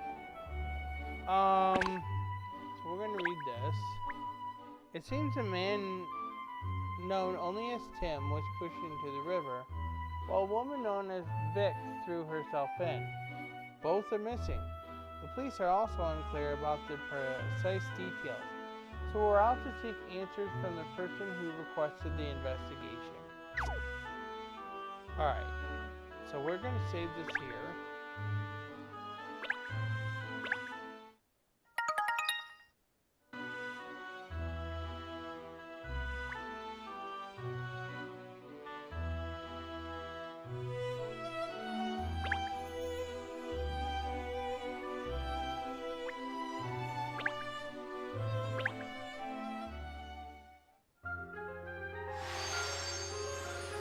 Alright, I'm going to end the stream here.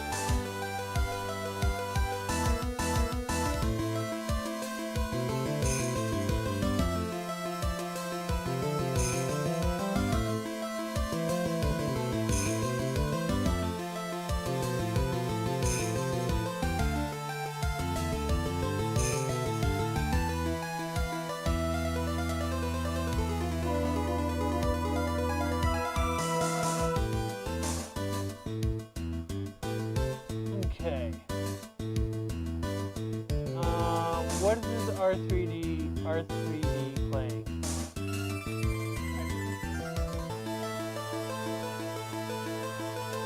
Oh, he's playing this too.